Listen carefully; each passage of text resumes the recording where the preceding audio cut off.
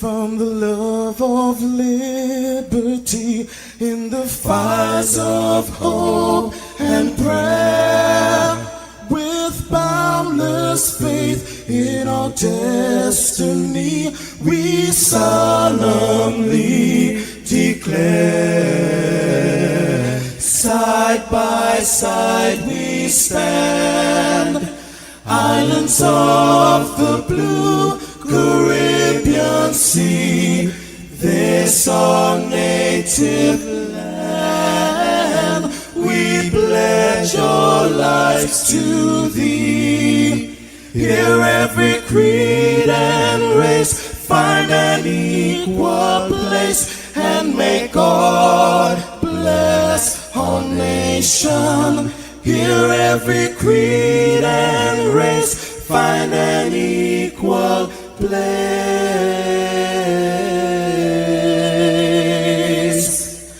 and may God bless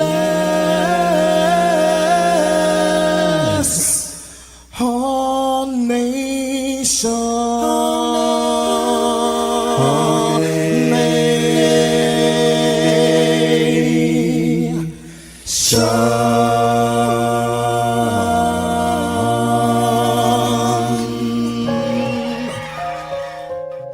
Heavenly Father, we come before you at the start of this new day, giving thanks for life, for health, and the opportunity to serve through this station.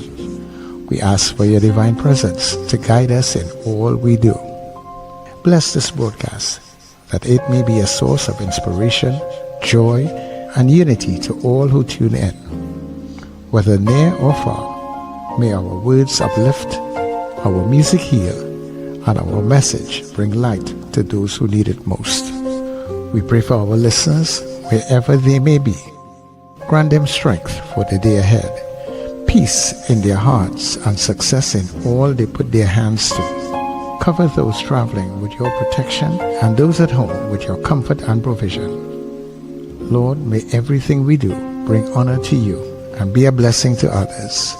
Guide our steps, bless our efforts, and let this station be a vessel of positivity and hope. In your name we pray. Amen.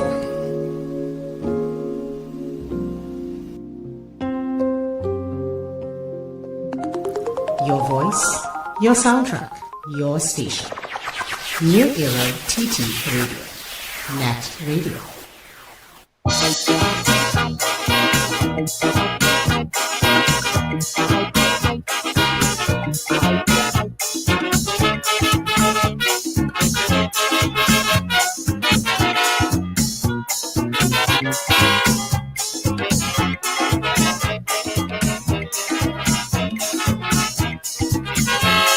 You try with a federation, the whole thing end in confusion. CARICOM and then CARIFTA, but somehow a spelling disaster. Mr. West Indian politician, I mean you went to a big institution, and how come you can't unite million? When a West Indian unity, I know it's very easy. If you only rap to your people and tell them like me, them is one race, the Caribbean man, from the same place, the Caribbean man, that make the same trip, the Caribbean man, on the same ship, the Caribbean man. So we must push one common intention, it's for a better life in the region, for we women and we children. That must be the ambition of the Caribbean man, the Caribbean man, the Caribbean man.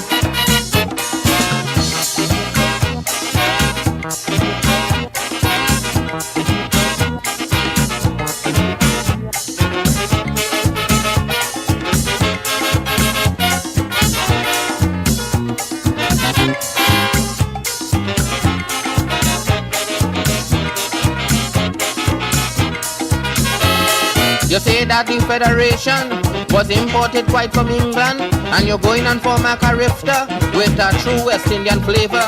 But since CARIFTA started running, morning, noon and night all are hearing, it's just money speech them prime minister giving. But I say no set of money, good for my unity. First of all your people need their identity like one race, from the same place, that make the same trip, on the same ship. So we must push one common intention. It's for a better life in the region, for we women and we children. That must be the ambition of the Caribbean man, the Caribbean man, the Caribbean man.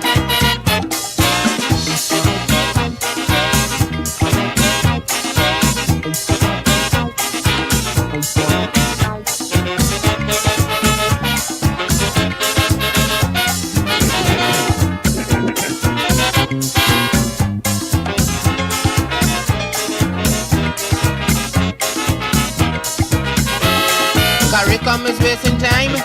The whole Caribbean gone blind. If we don't know from where we come in, then we can't plan where we go in. That's why some want to be communists, rather some want to be socialists, and one set a religion to add to the foolishness. Look, a man who don't know his history can't form no unity. How could a man who don't know his roots form his own ideology? Like one race from the same place that make the same trip on the same ship. So we must push one common intention. It's for a better life in the region, for we women and we children. That must be the ambition of the Caribbean man, the Caribbean man, the Caribbean man. Wake up, rise up. It's the NETT Radio Breakfast Show, bringing you the energy, music and vibes to start your day right. All right, everybody, good morning to you. And of course, welcome, Ted. Yeah, midweek Wednesday. Welcome to New Era TT Radio, the heartbeat of the Caribbean, where we take you above and beyond. The Federation done dead, and Carista going to bed. And so happy to be in your company this morning. We really appreciate you this morning. Thank you so much for getting up with us wherever you may be, Trinidad, Tobago. But to run Carista, yes. Friends and family in the Caribbean, friends and family all around the globe, different time zones coming in. Good day to you, and thank you so much for making us your choice. Yes, you got choices, and we're happy that you're here with us. As always, I want to say much thanks to the Heavenly Father for bringing us together for another day. And all that we do, dear God, let it be a blessing on to you. People, I'm yours truly, Sir Charles. Happy am I to be here with you as we welcome everybody. This is the Get Up and Go. Welcome to the Breakfast Show.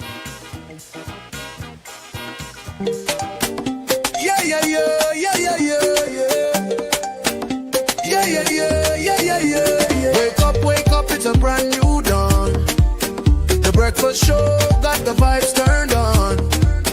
From Maracas Bay to the Savannah line, let's start the day in Caribbean prime. Oh, good vibes rolling through the air. The Breakfast Show, energy everywhere. We talk, we laugh, we make you think. Grab your doubles or your morning drink. Uh-oh, guess what day it is? Guess what day it is? Huh? Anybody? Julie, hey, guess what day it is? Oh, come on, I know you can hear me. Mike. What day is it, Mike? Leslie, guess what today is? It's hump day. Woo-hoo!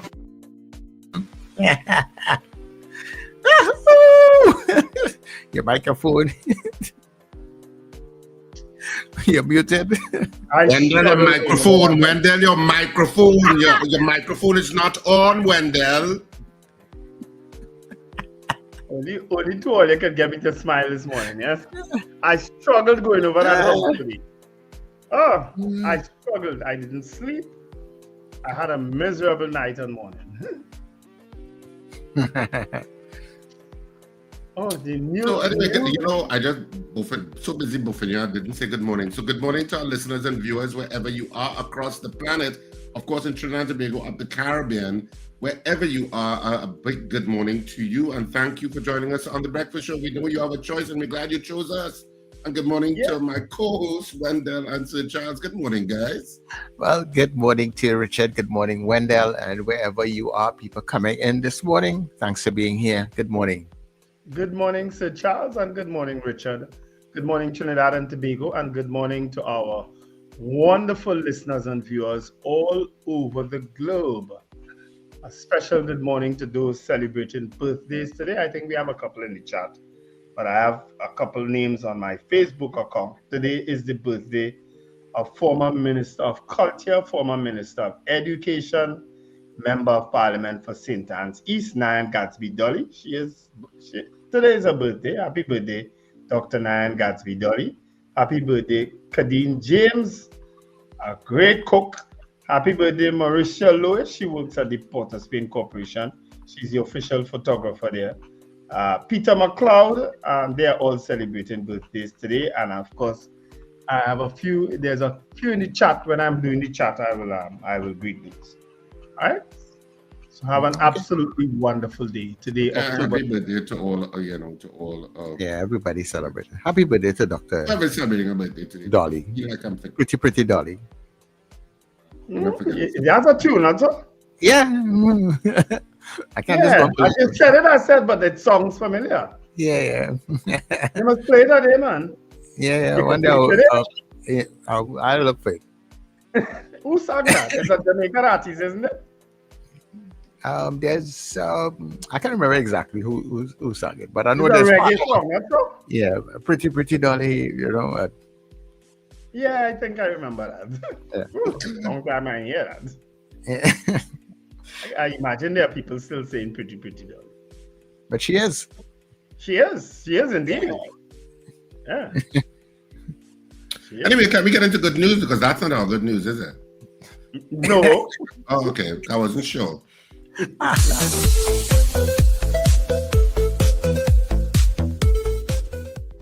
Trinidad wasn't always an island. It used to be part of the South American continent. Thousands of years ago, there was no sea between Trinidad and Venezuela. They were connected by land, part of the same mainland. Then the sea rose. The land bridge disappeared, and Trinidad was cut off, turned into an island.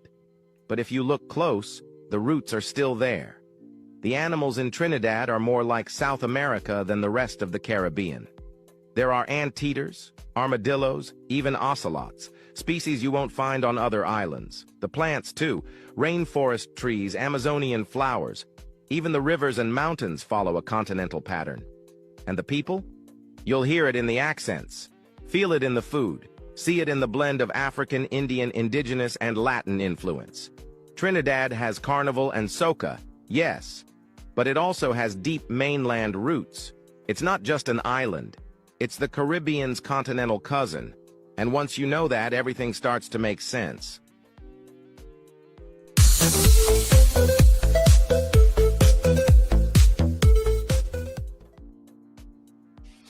You want to send that video for the Honorable Prime Minister? What's up to her now? I was telling Sir Charles today, just when we were in a meeting that you didn't come into. My phone was on silent, sorry. Whatever your excuse is. But I was just telling Sir Charles that I find a lot of the decisions of the Prime Minister alarming in terms of your even more aggressive isolationist approach to CARICOM. You're saying that Trinidad doesn't need Venezuelan gas. In your budget, you indicated that we're still a gas and oil economy. We have certain strategic partnerships with Venezuelan gas. If we are cut off, how does that affect the budget? Nobody's discussing this yet, and at least I haven't heard anybody discussing it yet. If that is cut off, how does that affect us economically, even in terms of your expenditure for 2025 into 2026? Now, I don't know because I'm not in the energy sector, but that has to be considered.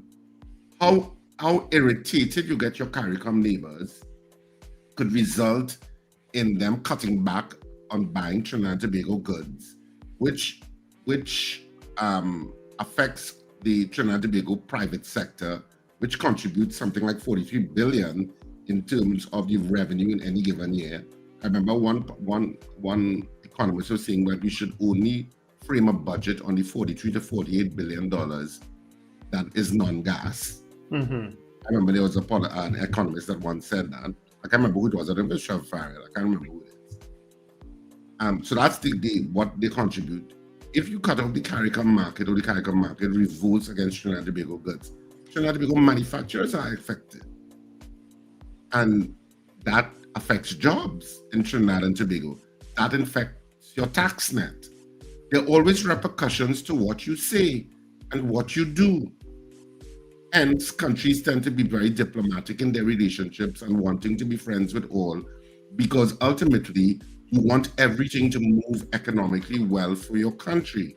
And having these kinds of standoffs and these statements that are volatile in a sense doesn't assist in the long term in terms of interests of Trinidad and Tobago.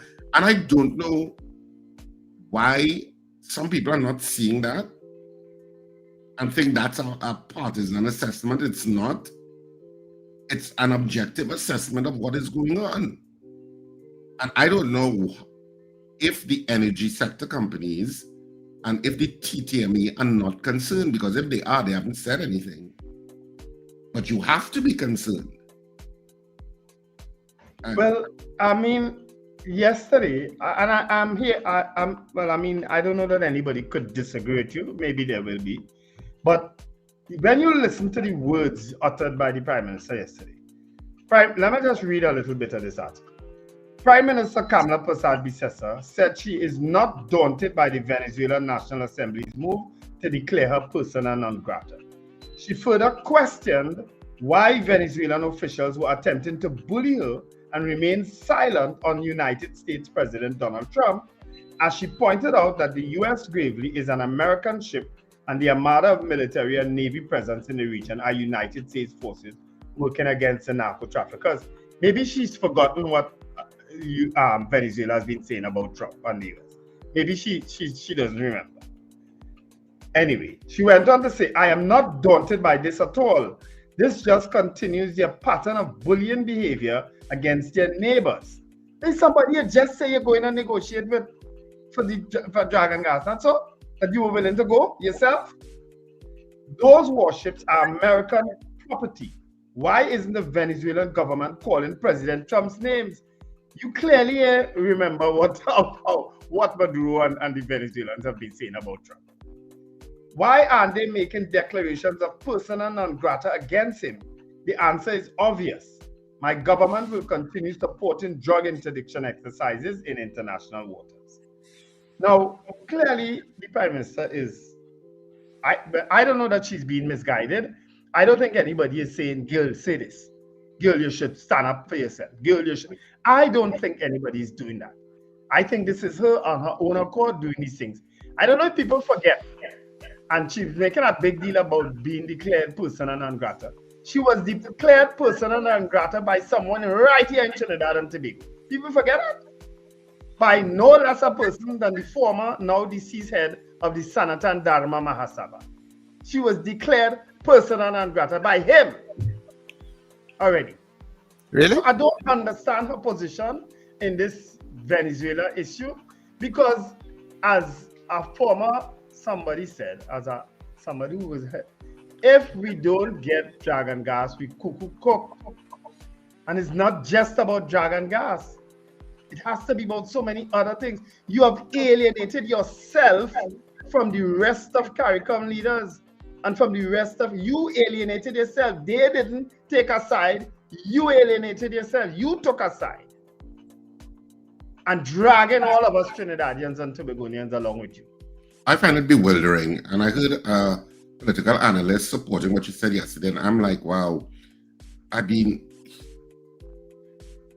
words matter. Mm-hmm. And words matter even more in diplomatic circles. Yeah. And words have consequences. And if words have consequences for you economically, then one has to understand what is your raison d'etre in terms of going along that pathway, knowing that we are already in a financial bind mm-hmm. in terms of managing the Trinidad and Tobago economy. Mm. What is it that you know that we don't? Yeah. And so I find it bewildering that so many people are silent. At Because least I I'm think, not hearing. I'm not. At least I don't know if you're not hearing people saying anything. no, I'm not hearing, except for people who have always said something. I've not heard the usual, the normal commentators, the trade unions, the economists, the political analysts. All of a sudden, they've all gone quiet. I find it. I mean, words have consequences.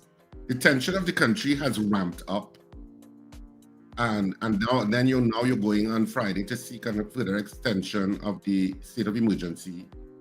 State of emergency is not for governing, and the state of emergency is not simply because the police say we want another state of emergency. The police are supposed to do their work without a state of emergency. Yeah. You're not supposed to say, hey, yeah, we feel like we need a state of emergency. You have already said that the threat is neutralized. Yeah. You said that. Nobody forced you to say that. Yeah. Yesterday, the commissioner did speak. He said the extension of the state of emergency is up to Parliament, is not up to the TTPS. He said, though, that he did make certain recommendations. You understand? But he said it is up to the... So he pulled himself out one time. You understand? But clearly, the UNC base, they're all cool with it. Clearly, and the Prime Minister knows that she will not lose a single vote because of it. And she knows. You're not so sure about that, you know. I'm not even getting into that, Wendell, because I'm just getting into the interests of the country, and fundamental constitutional rights are not something to just make jokes about. And I shouldn't put it that way, but shouldn't be treated so glibly. Because the police would love a continuous state of emergency, because it removes the strictures on them and the in terms of how they deal with citizens. But those constitutional binds, if you want to call them, and I don't like calling them constitutional binds, but those constitutional protections are there for a reason, as a check and balance against the power of the state. And let me ask this quick question to you as an attorney and anybody else listening. Jaron, I'm sure you're listening. As far as I'm aware, the state of emergency ended October 28th, yesterday. Okay? They're seeking an extension when they go to Parliament on Friday. Is it that we are not under a state of emergency right now between now and Friday? It depends on exactly when it ends. If it ended yesterday, October 28th. Yeah, they said the 28th. If it ended October 28th, then on the 29th, no, you're not in a state of emergency. You're not in a state of emergency until you're not in a state of emergency. Yeah, until it's continued. So it still has to be continued. Now, all they need is a simple majority. Now, which is what I thought they would have done yesterday when it ended. They would have convened Parliament to do it. But it's better to do it that way. But you know what? It's like we started the show and we haven't greeted people in the stream, because there's lots to talk about. We haven't found out what's going on in Jamaica, and we're hoping that we can speak to somebody Jamaican this morning to give us a sense of what. I tried to get in touch with someone because I spoke with him briefly yesterday morning early, and he told me he was all right, but he was actually looking to leave Jamaica. I haven't spoken to him for quite a while, but I reached out to him because of what's happening. And then since after midday yesterday, it's just been going with one tick. I've not been able to get in touch with him again. I think a lot of the island electricity was out too. Yeah, but I tried even just now, and it's still going with one tick. You know? Yeah, we're trying to see what can happen in the second hour, because I am also trying to hook up with a journalist outside there in Jamaica. And I'm waiting for him to respond. I don't know what is the electricity situation right now, internet and all those things, you know. So, but we'll monitor it, and as we go through the morning, once we get the link, I will definitely bring in the person inside. All right. So let's greet the people in the chat. Joyce Phillip at 8:12 a.m. Anthony Tinto at 12:01. Grand Rising. Margaret Thomas at 12:24. Valerie Mendoza at 12:25, and we had a little rest. That might be when I woke up and couldn't sleep again. Good morning to the breakfast show from Brennan Smith. Suzanne Jessup also sends greetings from Suzanne, Suzette, and Mrs. Gemma. Pearl Cordis, and Stacey Ann. Pearl Cordis is saying she's celebrating 48 appearance. years of marriage today. Yeah. Wow, Pearl, you Yeah. did well. Well, Mr. Cordis, whoever he is, deserves a trophy. Well, if your husband is as nice as your daughter, 'cause I don't know you, I know your daughter. She is an absolutely pleasant person. Slick Money Grip, good morning, gentlemen and crew. It's hump day. Of course, you saw Richard's ad earlier on. Well, Sir Charles do it or Richard today? No, Sir Charles did it. Okay. Erica Charles, thank God for life. Ava Smith, blessed morning, Richard Wendell and Sir Charles. Manuela Peters also says good morning. Boy Desi from Debe. Marlon Motley, happy hump day. Morning, Marlon. Charles Duncan is also wishing his loving wife a happy birthday. He said she's the most beautiful woman in the world to me. I'm so happy for you, Charles. Well, happy birthday to your wife. Yeah, Mrs. Well, I'm assuming it's Mrs. Duncan. We don't know her name. Michael Cadet, good morning, everyone. Odell Guy from Sangre Grande. Ozzy Molino, Kenny in Harlem, and Kenny is in Tobago still. Carol Guevara says, good morning, all. Happy hump day. Diane Payne, good morning, guys. All on the live. Have a safe day. Charles Duncan is also saying good morning to his son, Jamar. Have a great day at school. Carol Guevara, positive energy to our brothers and sisters in Jamaica. Florence Bazi, beautiful day. Robert Taylor from Fernandina Beach. Eunice Dublin, Trini, who is from Nashville, Tennessee. I'm sure that's good. CJ from New York, good morning. It's hump day. Praying for brothers and sisters in Jamaica. Sherwin and Juliet Kerr also says good morning. Good morning, Sherwin and Juliet. Yeah, Trini Merle Kitchen. Good morning, Wendell, Richard, and St. Charles from Oshawa in Canada. That is a food place they have there, Wendell? Sorry? The person, what do you say, Trini Merle Kitchen or something like that? Trini Merle Kitchen, yeah. Yeah, okay. I was wondering about it. I was in the kitchen partner. But she's out there in Oshawa, so she can't send her an ad. But she could, you know. We could advertise a kitchen. Yeah, a caterer in Oshawa. Of course. I'm just wondering, what it is that she was into.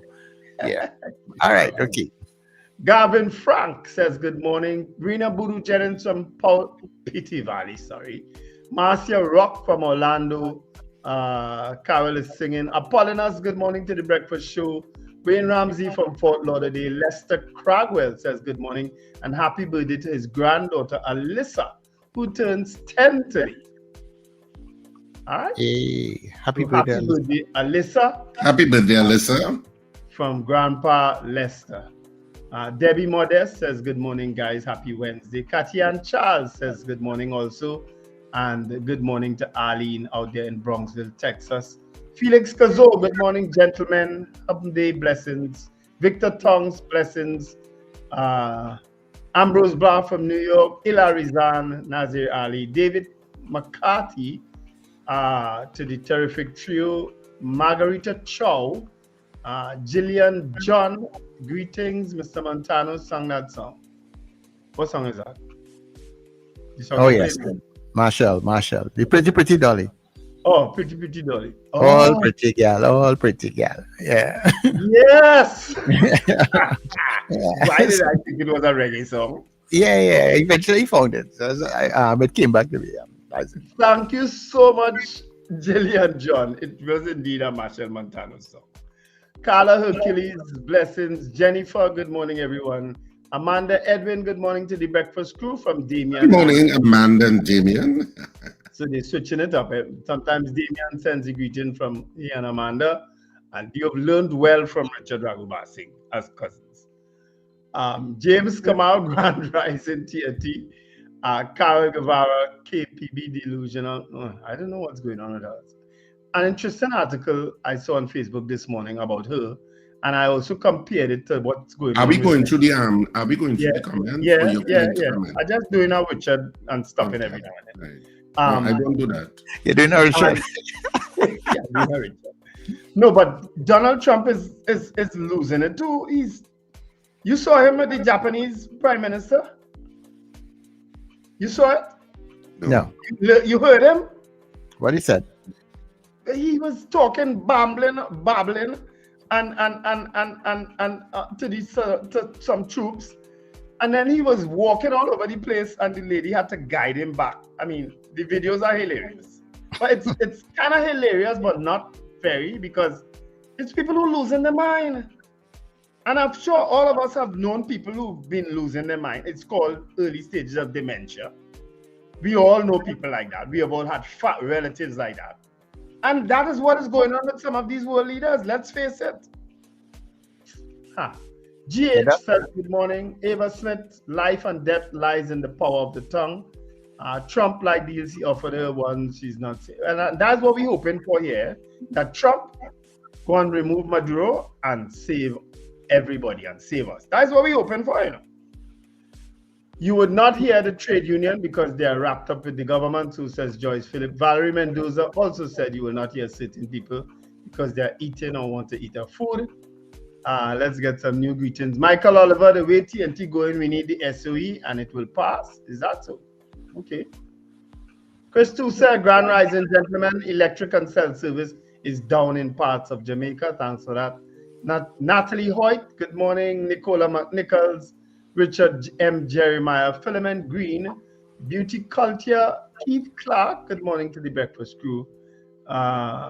Nicola McNichols want to wish also her dear friend Melissa Lovelace happy birthday. I saw Melissa get real fatigued with that hurricane. Eh? All Melissa's got plenty fatigue with that hurricane. Happy birthday, Melissa. Happy birthday. No show on Gael, who says Wendy and James. So Charles will check that for you. Already sent a message. Maria Selye says, good morning, guys, and belated birthday greetings to my dear Auntie Selma Tinto. You know, Maria, I remember, as you put this up, I remember seeing it on the chat today, but I might have missed it. So my apologies for not wishing her birthday on the actual day, right? Nicola McNichols, birthday blessings to everyone. Natalie Hoyt, not seeing you guys on Gael. Alistair Hart, good morning. Colton Finch, Lennox Francois from Baltimore. Julia Samantha, Prabha Ramdial, Bernadette Yates, Mrs. R. Once you're an old man, you don't know that song, Wendell. Okay, I didn't know that. But Marshall Montano, Ninja Singer? No, that was since Big Trouble. Mrs. R. 20 years you're talking about. So you're all right. Yeah, Ambrose Bly is agreeing with me. Wendell, it was reported by Ian about a meeting last night about UNC MPs. I saw that. I don't believe that news. I don't believe it. Honestly, I don't. Good morning, everyone, from Ania, and Ian Stewart says good morning. Those are all the greetings in the chat. All right, so let's see if we can run through the WhatsApp very quickly. So Frank Andrews, good morning. Welcome, Patrick Billy in Powder Magazine, Archbishop Ashton Clark, and the folks out there in Canada. GNC Auto Security. I've heard from GNC for a little while. And Brenda in Penal, good morning. Colin in Caranage on his way to work. Laverne Edwards Duncan is celebrating her birthday today. Happy birthday, Laverne. Have a great day. Kent in Laventel, Horatio in Arima, Fred's Marketing, good morning to you. Fred, why are you not calling us, boy? Ron DeSantis in Virginia, good morning to you. Judith in Mount St. George, good day, Judith. Nice to have you inside. And everybody else, wherever you are, tune it in, turn it on, log it on. Beautiful day to you guys. So we're going for the break and come. Don't miss Furniture Plus Inventory Blowout Sale. Get up to 65% off in-store and online. Enjoy massive savings on furniture, appliances, and more. Hurry, this deal won't last. Shop now and save big at Furniture Plus. Charmflair Auto Services Limited, your one-stop auto repair shop. Located at number 1 Industrial Lane, Charmflair, right opposite the brewery on the Eastern Main Road. Yes, we do it all. Repairs to all makes and models, from your everyday sedan to SUVs, light trucks, pickups, and panel vans. We're also the sole distributors of Davanti tires, certified VTS inspection station, plus a wide range of services: oil change, front end and suspension repairs, tune-ups, tire alignment, batteries, electrical work, radiator and cooling system, AC repairs, and accessories galore. We offer pickup and drop-off service too. Call us today at 662-6545 or 662-6572. Follow us on Instagram and Facebook. Charmflair Auto Services Limited, number 1 Industrial Lane, Charmflair. We do it all. Ho, ho, ho! This Christmas, small businesses, this one's just for you. Get your brand, your product, your business in front of thousands every single day on New Era TT Radio, Net Radio, and Gael Caribbean TV. And here's the gift you've been waiting for. Radio and television advertising has never been more affordable anywhere else. We are talking unbeatable real rates, prices no one else can offer you for primetime slots that put your business right where your customers are watching and listening. So call us today at 299-5156 and turn your Christmas into real results and real profits with affordable advertising, so you too can say Merry Christmas. Get ready to experience an explosion of culture. The Faisal Connection Theatre Company presents a mini concert showcasing incredible talent. Feel the rhythm with the incredible UC stars. Be captivated by the performances of Faisal Secondary School Drama Group, the amazing Michaela Sylvester, John Denacion, and Daniel Gale, Mandisa Matthews, Abideli the Extempo Master, Whitney Williams, Amelia Harding, and Joseph Lopez. It's a night of poetry, music, dance, drama, and drumming all come together in one unforgettable performance. Friday, October 31st, 2025, 7 p.m. at the Faisal Regional Complex. Cost $20. Contact 379-9078 for more information. Don't miss out on the talent, the energy, and the connection. CLR is your turn. The Roadie Lovers Comedy Show is coming to the east. Cipriani Lebac College. One show only. Sunday the 2nd of November, 6:30 p.m. baby. Tickets available at Electronics Arena, Dorman Shoe Store, Long Circular Mall, Anthony's Floral, Val Park, Gay Square Stores, Eastgate Mall, West Mall, Brentwood Plaza, Chaguanas, and C3 Center Mall, San Fernando. And IslandEtickets.com. For more info, call 683-0356. Eastside, are you ready to laugh? Well, clock it.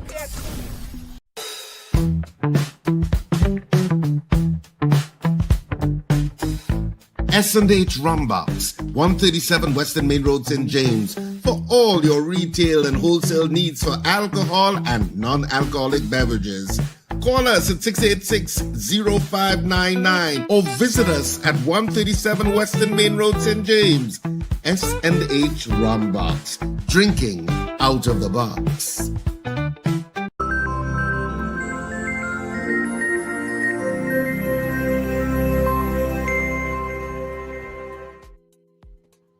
Of course, we are back, and Wendell is ready to go with the Express. So, Wendell, over to you on the Express.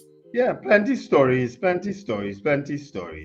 Why not Trump? PM challenges Venezuela after non-grata declaration.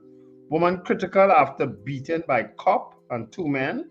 Fraud squad called in over HDC payments to firms linked to ex-ministers. Vehicles stolen from car. Are we in a kind of time warp? Isn't after every change of government, this is a story, and about fraud squad being called in because of certain things ex-ministers did. Is this a headline? Yeah, it is. Vehicles stolen from car wash. U.S. strikes sink 4 suspected narco boats, 14 dead. And in sports, well, Sturge had something to say yesterday. He was interviewed yesterday. We are not at war with anyone. PM CARICOM no longer a reliable partner. And Tigers roar back, and that's St. Anthony's College in secondary schools football. And Pro Tourney returns to Trinidad. Of course, I think that's golf. All right, so those are some of the trending stories in today's Express. So the main headlines in the Newsday: Judge rules detention of 2 men in Maloney robbery probe on as was lawful. PM looking for partners beyond CARICOM. Reggae girls in Trinidad worried about families. Labor Minister, 50,000 new jobs coming. Farley catastrophe awaits in absence of marine laws. And that's basically it. Mm-hmm. All right, so in the Guardian this morning, And of course, that Venezuelan story, Venezuela declares Kamala persona non grata. But MP questions, why would I want to go there? All right. Marshall credits young talent for success as he collects Road March Prize. All right. CEDRA students meet Marines during USS Gravely tour. And the Energy Chamber calls for renewed focus on gas supplies. Retired military head says Venezuela won't attack TNT. PM signals major foreign policy shift. TNT looks beyond CARICOM. And migrants fearful after mass deportation announcement. All right. So, yeah, those are the stories this morning. Somebody's bringing to my attention. Actually, it's my cousin Sir Charles. That in the YouTube description you spelled breakfast wrong, so correct it. Oh shucks! All right, okay. It's irritating her as a teacher. It's irritating her as a teacher. She cannot take it anymore. Well, and also, could you make the B in breakfast an uppercase B? All right, okay. That was it.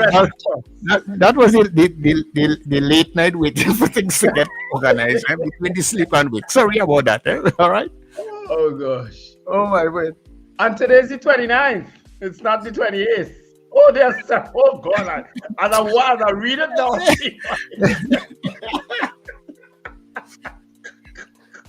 I was waiting very late to get the information, and all right, okay, between the sleep and wake, I will. Well, look how Nyla going to have me watching that every single morning now. No, that was Amanda. Amanda, Nyla's giving me other advice. Amanda, you're going to have me looking at that every morning now. No, Nyla's giving me other advice.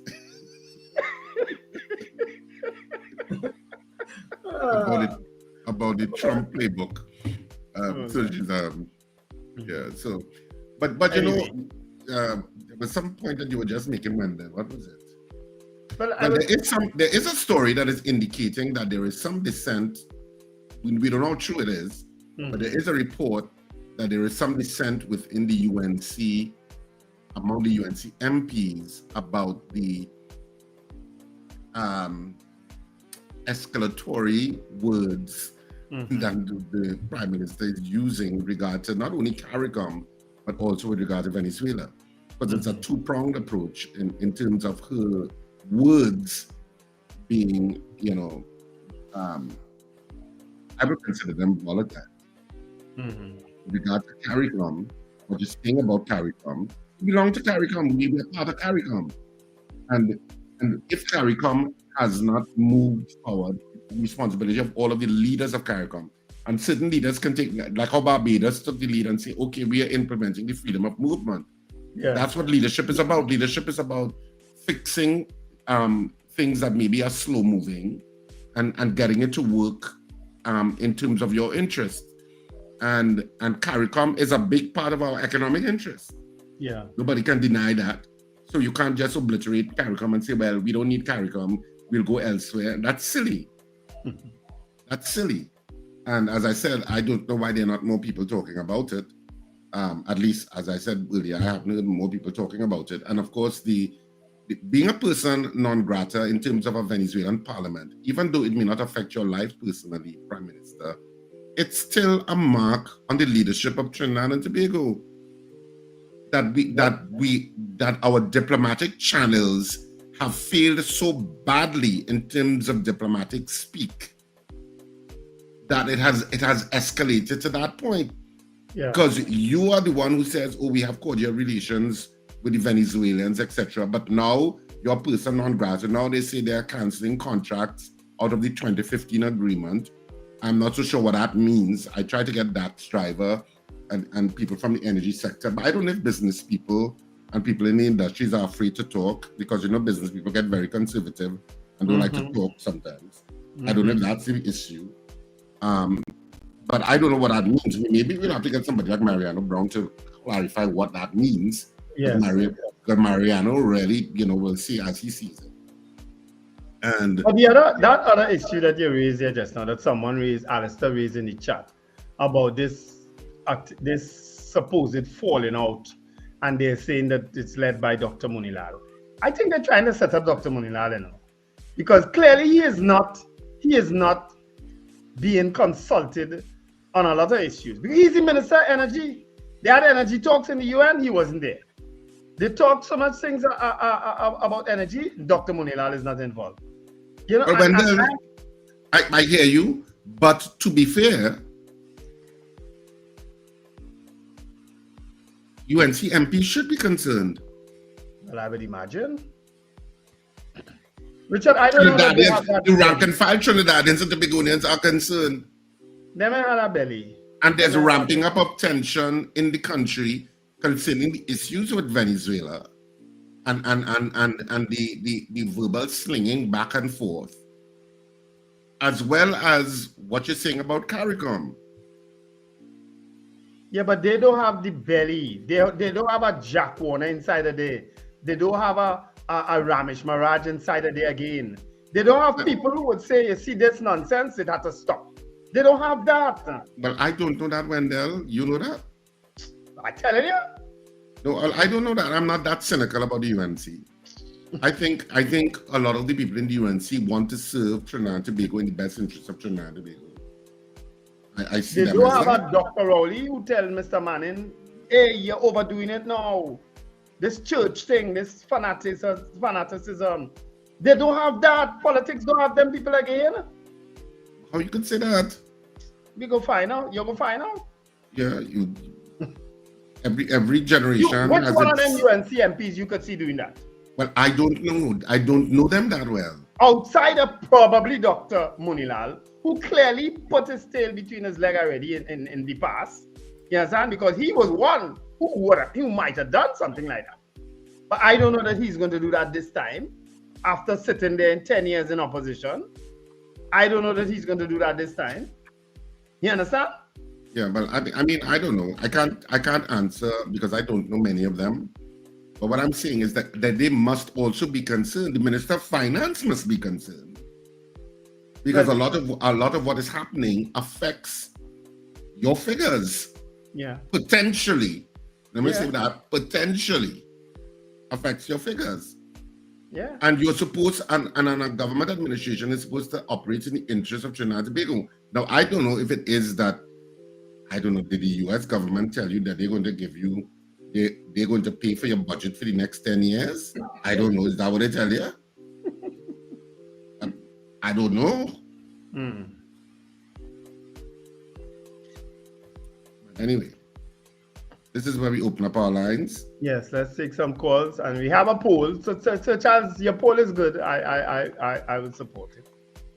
I don't know if the other boss there has anything to say. All right, so our lines are open to you people. Give us a call. 281-1315 and 868.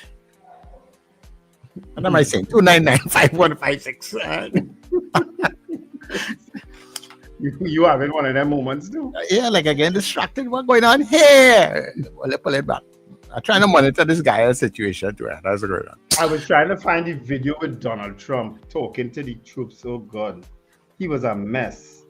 All right, so call us online. Let's go. Caller, good morning to you. Gentlemen. Morning, Raymond.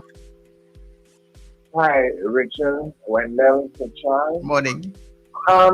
Richard, in the budget debate in the Senate, Paris Alwari did raise the point about the announcement coming out of Venezuela, where they suspended all the deals with Trinidad and Tobago. He did raise it in his contribution.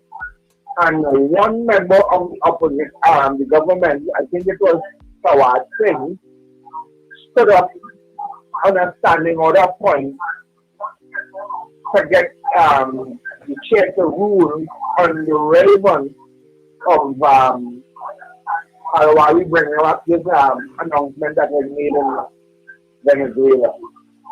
So it was debated, but they were trying to see if they could silence him, asking how come that announcement is relevant in this debate at this point in time, right? And also, I want to know what in the UNC you have ministers who are intelligent, and I don't know how strong they are. Can they, when they are meeting cabinet, tell the Prime Minister, well, Prime Minister, you can temper the situation a little bit, because in my view, I don't think that what you're doing, everything is going the way it should be. Do you think they will have that? And why you are not finding out from people like Winter James and all these so-called political analysts who would be sure when Dr. Ravi was here before to say anything, the next morning they jump up and had something to say. I'm not hearing these people, and we want to know what they think about what is happening right now. And even for that, yes, you're right. Dr. Bishnu Raghunath, everybody just gone quiet. I don't know. I mean, I don't know. I assume that cabinet meetings can be pretty frank, but I assume that some people are more intimidated by leaders in cabinet than others. Some will speak frankly, some don't. Depends on your personality. Because, for example, in a PNM cabinet, Dr. Rowley could come across pretty intimidating for some of the junior ones. But and remember, you sit as a minister of cabinet. You sit as a minister at the behest of the Prime Minister. So that always, I suppose, kind of tempers people. But there's some people who would be frank anyway, who wouldn't really care. I don't know if there are people like that in the UNC, but there's some people who would be none. I heard the Prime Minister. The Prime Minister did say, I remember her did say, she was speaking about something. I can't remember if it was the issue of the jobs in an interview I saw recently. And she said that she did get pushback in cabinet. From cabinet, she did say that. Yes, and yes. I thought that statement interesting. For stopping the programs, the CPEP, URP, the CPEP and URP. I think she did say that there was pushback. So it wasn't necessarily a unanimous decision that some people felt that was inappropriate. But that was the only indication that you got. So guys, caller, good morning. Morning, gentlemen. Norfolk, Virginia, front and center. Morning. I agree with you 100%, Wendell. I agree with you 100%. There's nobody there. And the union guys, very silent and everything. It's a piece of food time happening here. As Mighty Sparrow once said, you're either victimized or ostracized if you open your mouth. The end of your political career or the food. One thing I want to ask though, and again, I don't carry water for anybody. Were you guys very much, maybe I wasn't listening at the time when you were on the other station or whatever, but were you guys just as verbal about Joe Biden when he started showing those signs that you mentioned Trump did? We did speak about it. Yes, we were. Okay, all right, in all fairness. Yeah, in all fairness to you. And lastly here, this thing with Trinidad being on the United Nations Security Council.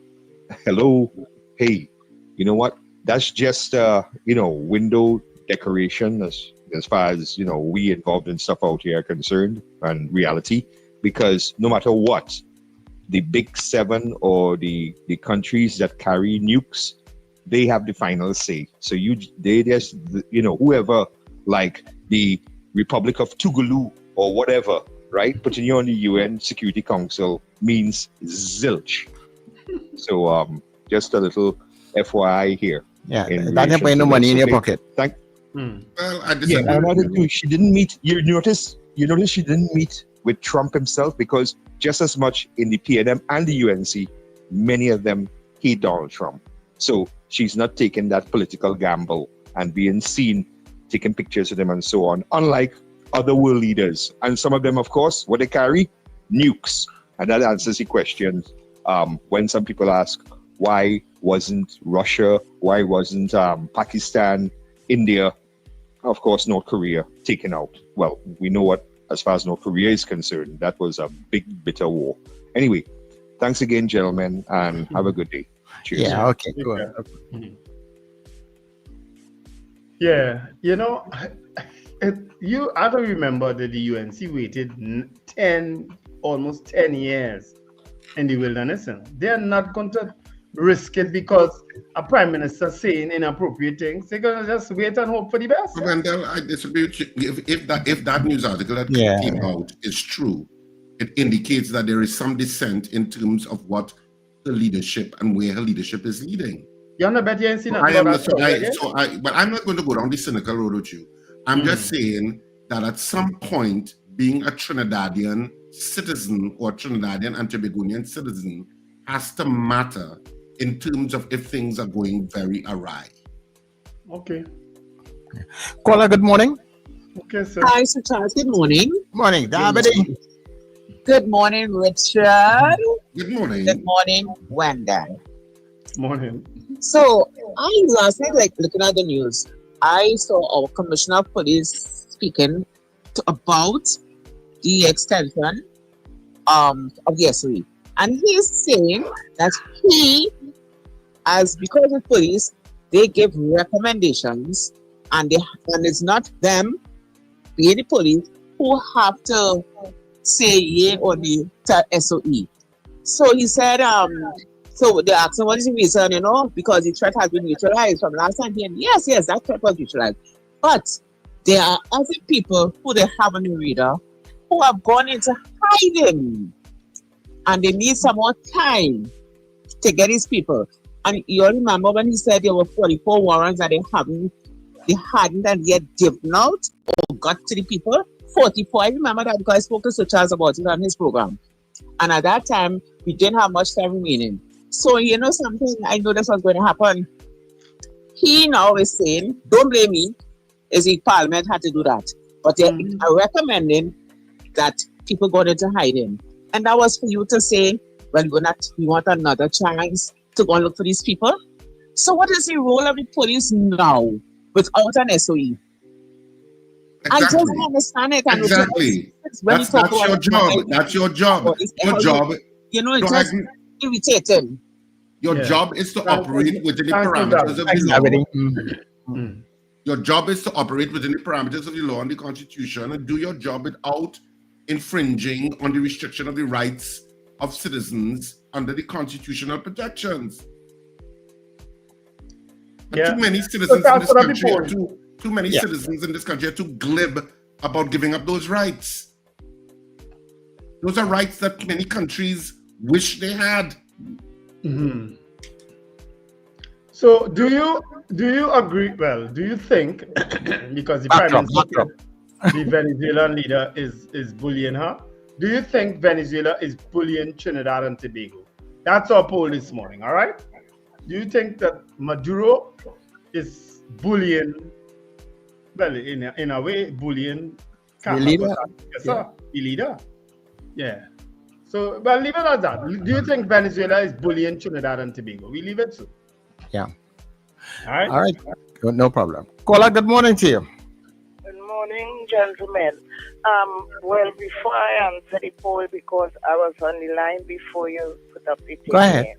I just want to say that we the citizens of this country, you realize we have to rely on foreign news to tell us what is going on. Al Jazeera and them telling us exactly what is happening, and we ain't hearing nothing here. All they're trying to tell us is that we did not to worry, and who said this, and no, we're not at war with anybody, and all that. The Prime Minister has placed us in that predicament, and then trying to play that nothing is happening when the outside world is abuzz and getting us worried, because I saw on a foreign news, I looking at the foreign news station, that China has sent ships and fighter jets to they're on their way here to make sure that their interest in the Venezuela oil business is secure. I really wondering what is going on. And when you hear these big countries having this kind of thing going on in our waters right next door to us, why wouldn't we be afraid? And I'm saying, as Richard talked this one about the business and CARICOM, where is the business association in this? Where the chambers of commerce? Where with these business people? I'm not hearing them bawling out. Is they going to lose? What is going on? Everybody like they take a chill pill. Thank you. Yeah. And my question to that is hell no. She bullying them. People just replying to she. But that's not our pool. That's not our pool. Yes. That's not our pool. We after the Venezuela bullying Trinidad and Tobago. No. Yeah. All right.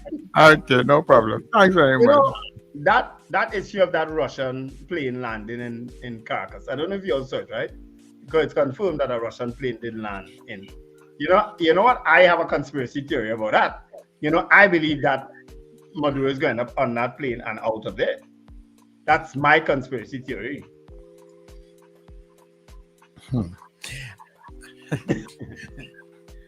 I think I would just want to ask, what is the news that Al Jazeera bring that is factual news that that we didn't carry, So I don't know. You're hearing all kind of things from carry all the news. Al Jazeera carry the same thing we carry. So I don't know. I hate to interrupt you all, but news is next.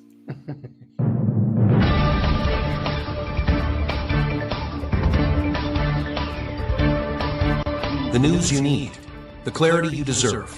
Local, regional, global. This is Net Radio News Now.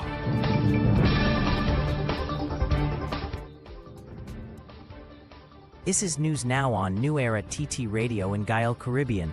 I'm Derek. Good day.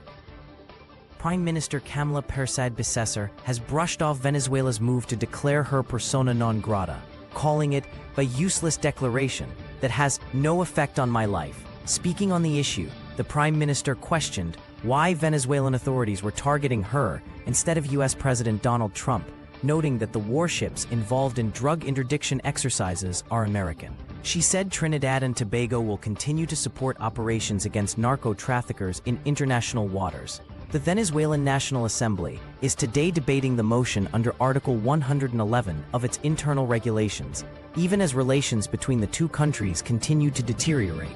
The tension follows President Nicolas Maduro's suspension of energy talks with Port of Spain and accusations that the U.S., with Trinidad and Tobago's support, is plotting to provoke an attack on Venezuela. Minister in the Ministry of Housing, Senator Anil Roberts, says the fraud squad has been called in to investigate the alleged selective payment of millions of dollars through Housing Development Corporation contracts to companies linked to former government ministers. Speaking in the Senate during debate on the 2026 budget, Roberts claimed that more than $11 million was paid out to politically connected firms before the April 2025 general election. While other contractors owed by the state were left unpaid, he alleged that one former PNM minister collected millions in rent for a residential property billed at commercial rates. Roberts said the matter was being referred to the Attorney General and Fraud Squad for investigation, describing the former administration as self-serving and calling for accountability.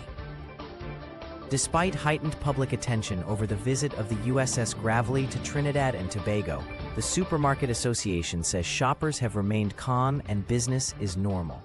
President Biondi Bachu told the Express there's been no panic buying or unusual shopping activity, adding that the local supply chain remains strong, with adequate stock in stores, warehouses, and from suppliers. The U.S. guided missile destroyer USS Gravely arrived in Trinidad and Tobago on Sunday, just 24 miles from the Venezuelan coast. Tensions have been rising since August, with Caracas accusing Trinidad and Tobago of conducting U.S.-led military exercises and preparing a false flag attack. The vessel is expected to leave on October 30th, following joint training exercises with the Trinidad and Tobago Defense Force. As tension builds over Venezuela's suspension of gas deals with Trinidad and Tobago and the arrival of the U.S. aircraft carrier USS Gerald R. Ford in the region, experts remain divided on the implications. Retired Brigadier General Carl Alfonso, speaking on CNC3's Morning Brew, urged citizens not to panic, saying he doesn't believe Venezuela would attack Trinidad and Tobago. He admitted the U.S.-Venezuela standoff is concerning, but urged the public to remain calm and cool. International relations lecturer Dr. Karen Niles said relations with Venezuela are not good, and future dialogue may depend on political change in Caracas. He warned that any Venezuelan military move would be unwise, given U.S. strength, and advised citizens to stay grounded while leaders plan for the nation's future. Police shot and killed a Mayaro man during a confrontation early Monday morning. The deceased has been identified as Ainsley Glenn Gonzalez of Calmapass Village, Guayaguayari. According to police, around 2 a.m., officers responded to reports that Gonzalez was armed at the Guayaguayari fishing port. When approached, he allegedly ran into a wooden structure and pulled a firearm from beneath a bed. Officers say he pointed the weapon at them and refused to drop it, prompting them to open fire in keeping with the TTP's use of force policy. Gonzalez was taken to the Mayaro District Health Facility, where he was pronounced dead. A sawed-off shotgun was recovered at the scene. Investigations are continuing under ASP Russell. In the region, the United States military has carried out a new wave of airstrikes in the eastern Pacific Ocean, destroying 4 vessels allegedly involved in narcotics trafficking and killing 14 people, according to U.S. Defense Secretary Pete Hegseth. In a post on X, Hegseth said the vessels were targeted in 3 separate strikes along known drug smuggling routes, with 1 survivor recovered. He described the operation as part of President Donald Trump's intensified campaign against what he called narco-terrorists, traffickers he claims are responsible for more American deaths than Al-Qaeda. The strikes bring the death toll in the campaign across the Caribbean and Eastern Pacific to over 50 since September. Hegseth said the attacks took place in international waters, with no U.S. casualties reported. President Trump, now in Asia, said Congress will be briefed, but the U.S. does not intend to seek a declaration of war. In international news, a Hamas civil defense spokesman says 3 Palestinians were killed and dozens injured after Israeli airstrikes hit homes, the courtyard of Al-Shifa Hospital, and other areas in Deir al-Balah and Khan Yunis. Witnesses reported powerful explosions shaking several parts of Gaza City, hours after Israeli Prime Minister Benjamin Netanyahu ordered the military to resume strikes on Gaza. Hamas denied involvement in a shooting incident targeting Israeli troops in Rafah, saying it remains committed to the ceasefire deal brokered by Egypt and Qatar. The escalation has renewed fears the fragile truce could collapse amid growing mistrust and stalled progress in the Cairo peace agreement. And that is news at this time. That was News Now. Stay informed with New Era TT Radio, Net Radio. Your mid-morning just got better. Join Sir Charles for the mid-morning mix and mingle, where good music, real talk, health, and family matters come together, and your voice is heard. Whether you're at work, on the go, or just taking a break, this is the perfect mix to keep you engaged, informed, and entertained. The mid-morning mix and mingle, weekdays, 9 a.m. to 12 noon on New Era TT Radio, Net Radio. Morning vibes, fresh energy. This is the Net Radio Breakfast Show.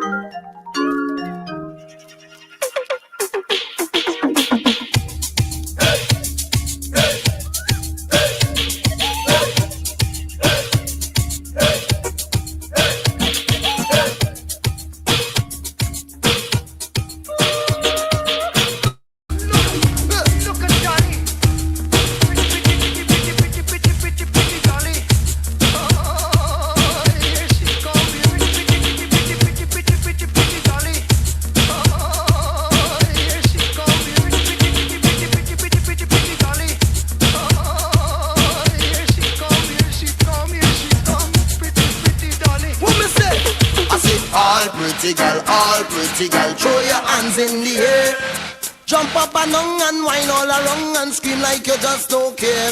Tenika, Monica, Aisha, Michelle. Jump up and down and throw your waist well, cause you know that you are no sweating. Listen, sexy girl, where you get that body from? Look at your legs tick, tick like a time bomb. Bend back and show them how to walk the waist. Flex out and grind like you're in a haze. Pretty face, girl, I know you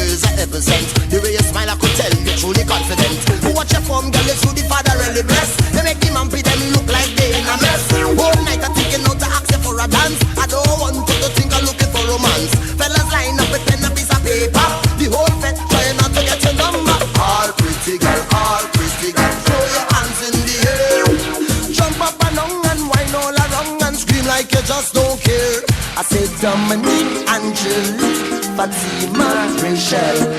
Jump up and down and throw your waist well, cause you know that you are no sweating. Say, I look your face is a pretty human. They should have used you as therapy for my man. If I know you was me gift for the Christmas, I should have changed, repent and never even cross. All I want is to walk the road and hold your hand. Let him echo them see that ties are done. If you was my wife, I worship you every day. Work hard, do you all me pay on Friday. I see you dancing and I hold my head and start to grin. I thought the fella was dancing with a mannequin. You're so perfect, it's then that I realize. Too late, you literally had made no price. All pretty girl, throw your hands in the air. I said jump up and down and whine all around and scream like you just don't care. Hey, Adana, Tamara, Samantha, Giselle.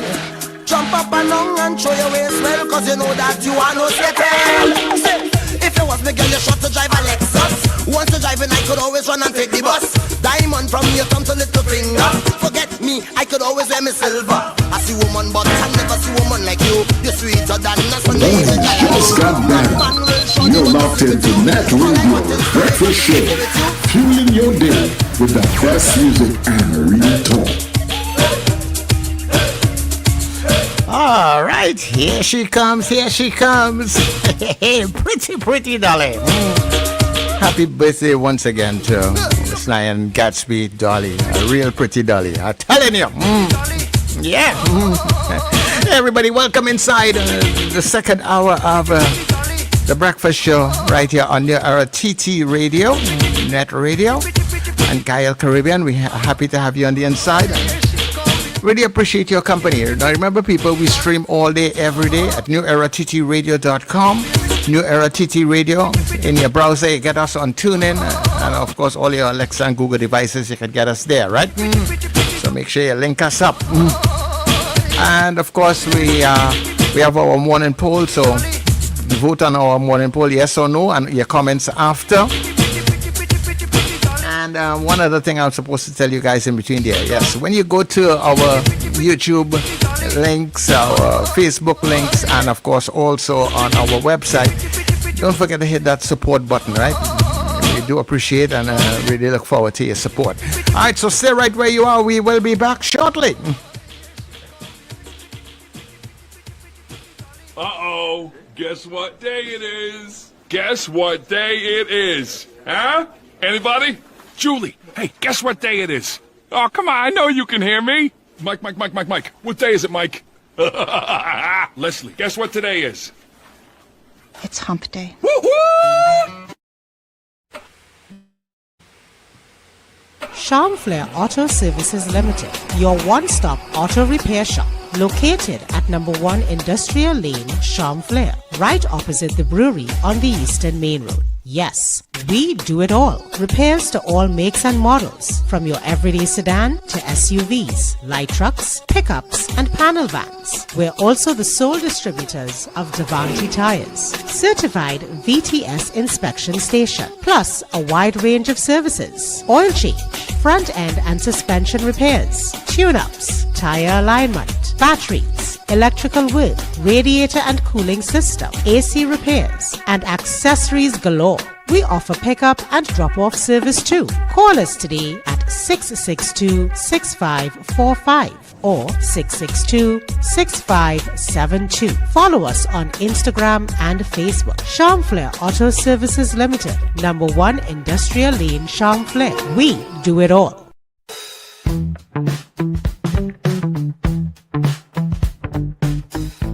S&H Rumbox, 137 Western Main Road, St. James, for all your retail and wholesale needs for alcohol and non-alcoholic beverages.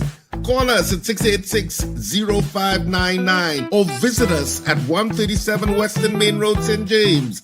S&H Rumbox, drinking out of the box. Don't miss Furniture Plus Inventory Blowout Sale. Get up to 65% off in-store and online. Enjoy massive savings on furniture, appliances, and more. Hurry, this deal won't last. Shop now and save big at Furniture Plus. Get ready to experience an explosion of culture. The Faisal Connection Theatre Company presents a mini concert showcasing incredible talent. Feel the rhythm with the incredible UC stars. Be captivated by the performances of Faisal Secondary School Drama Group, the amazing Michaela Sylvester, John Denacion, and Daniel Gale, Mandisa Matthews, Abideli the Extempo Master, Whitney Williams, Amelia Harding, and Joseph Lopez. It's a night of poetry, music, dance, drama, and drumming, all come together in one unforgettable performance. Friday, October 31st, 2025, 7 p.m. at the Faisal Regional Complex. Cost $20. Contact 379-9078 for more information. Don't miss out on the talent, the energy, and the connection. CLR is your turn. The Roadie Lovers Comedy Show is coming to the east. Cipriani Lepa College. One show only. Sunday the 2nd of November, 6:30 p.m. baby. Tickets available at Electronics Arena, Dorman Shoe Store, Long Circular Mall, Anthony's Floral Val Park, K Square Stores, Eastgate Mall, West Mall, Brentwood Plaza, Chaguanas, and C3 Center Mall, San Fernando. And IslandEtickets.com. For more info, call 683-0356. Eastside, are you ready to laugh? Well, clock yet.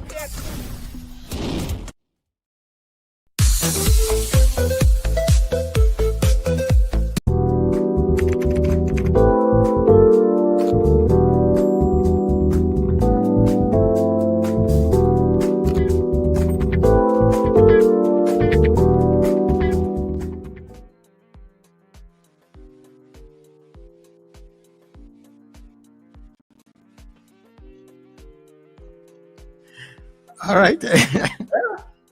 Well, I was having a kiss cake. Oh, that's sweet. Kiss need to start advertising with us too, you know. I eat way too many kiss cakes. Especially with coffee. It goes down good with coffee. That's my mid-afternoon snack, you know. Yeah. The guy who used to be in charge of Kiss, he actually comes to Rumbox, you know. I must speak to him about hooking us up. I find you as well up, you know. Yeah. I don't know who doing the marketing for Kiss now. But all right, so we're now getting into our poll results, not so? Is he just listening what I'm saying? Is he hearing me? Yeah. But before we get into the yeah, grumpy, you know, Sir Charles. You gotta watch that. You gotta watch that. You just gotta monitor it. You don't take action as yet, but we just gotta monitor it. So I did make contact with the gentleman from out of Jamaica. We expect at around 7:30, which is like about 12 minutes away, that we will make that hookup with him also. Okay, great. So let's go straight into the poll for that man there who lives in a garbage can when you ready. Jason Samuel says yes. Michael Cadet. Sorry, Wendell. Put up the screen, Sir Charles. Sir Charles. So that people could see it. So, yeah. And Sir Charles completely ignored Amanda. He didn't change anything. No, I did. I had to refresh. I did. Oh, okay. Well, I ain't gonna come out and come back in. Do you think Venezuela is bullying Trinidad and Tobago? In other words, do you think President Maduro is bullying Prime Minister Kamala Persad-Bissessar? Jason Samuel says yes. Michael Cadet, no. Margaret Thomas, no. Debbie Mitchell, yes. Old lady, she didn't vote. Lennox Francois, no. Diane Payne, no. Ava Smith, no. Old lady votes no now. Alyssa Hart, no. Helen Prescott, no. Florence Bazi, no. Brennan Smith, no. Bernadette Yates, no. Carla Hercules, no. Susan Jessup, no. Charles Duncan, no. No. Did we lose also? Okay, no. Dean Allen did not vote here. You all need to say the vote first, and then you can chat, right? Melchizedek, no. Kazim Mohammed, no. Andrea, no. DL, yes. Annalie Johnson, no. Felix Cazo, no. Finbar Collins, no. James Kamau, no. Anya, no. Pearl Cordis, no. Paul Cordis, I get a video of you on your huzzy, you know. I get it. Florence Bazzi didn't vote here. Valerie Mendoza, no. Joyce Phillip didn't vote. Carl Guevara, no. Joyce Phillip votes no. Andrea, excellent observation. Wendell, I don't know what that is about. Philemon Green, no. Wayne Joseph, no. Slick Money Grip, no. CJ from New York, no. Colted Finch, no. Jennifer, no. Nicola didn't vote. Ron DeSantis, yes. Nicola asking what is the poll. Nicola, the poll is there, so you could vote all now. Eunice Dublin, no. Wendy Ann James didn't vote here. Mrs. R didn't vote. Okay. Well, they gave me some stress now. GH, no. Yes, from Andre Rep. Andre PH, sorry. I'm calling Andre Rep. Andre PH. Biznat Prasad didn't vote.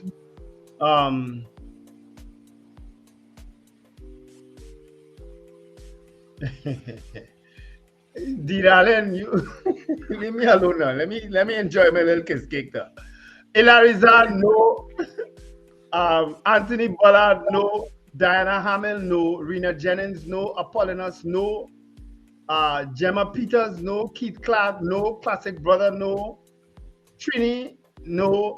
Nicola McNichols votes now, no. And Trini Merle Kitchen, no. Woo. Don't forget, yesterday we had a record-breaking vote of 79 people. That's the amount to cross. So, Charles, you go ahead. Yeah. So Pauline says yes. Raymond says no. Linda says yes. Judith says no. Brenda says no. Laverne says no. Rockaway says yes. Sexy Red says yes. Sean Ram says yes. Captain Ron says no. Horatio, no.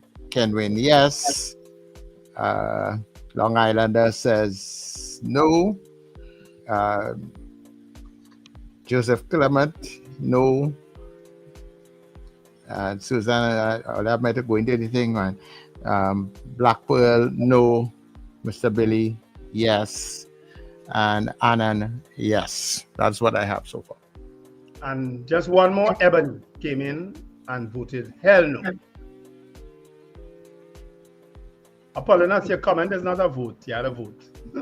Yeah. So Kamala bullied her own self, but you had a vote. All right. So our poll this morning: do you think that Venezuela is bullying Trinidad and Tobago? We had 69 people voting on the poll this morning, and of the 69, you had something to say, Wendell?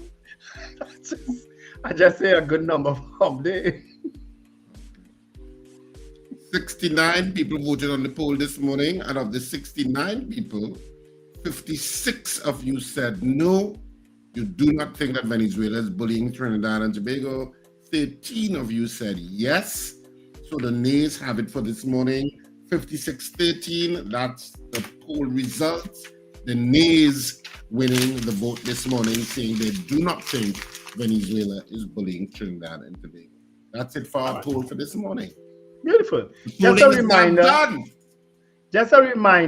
Marlon Motley now sticking his vote. Just a reminder that Friday, regardless of where you stand politically or socially or whatever, you're welcome to come down by Rumbox Online. You'll meet other people from the show, of course. Do what we do best, drink lime and wine. Yeah, that's what we do. It's Reggae Ride.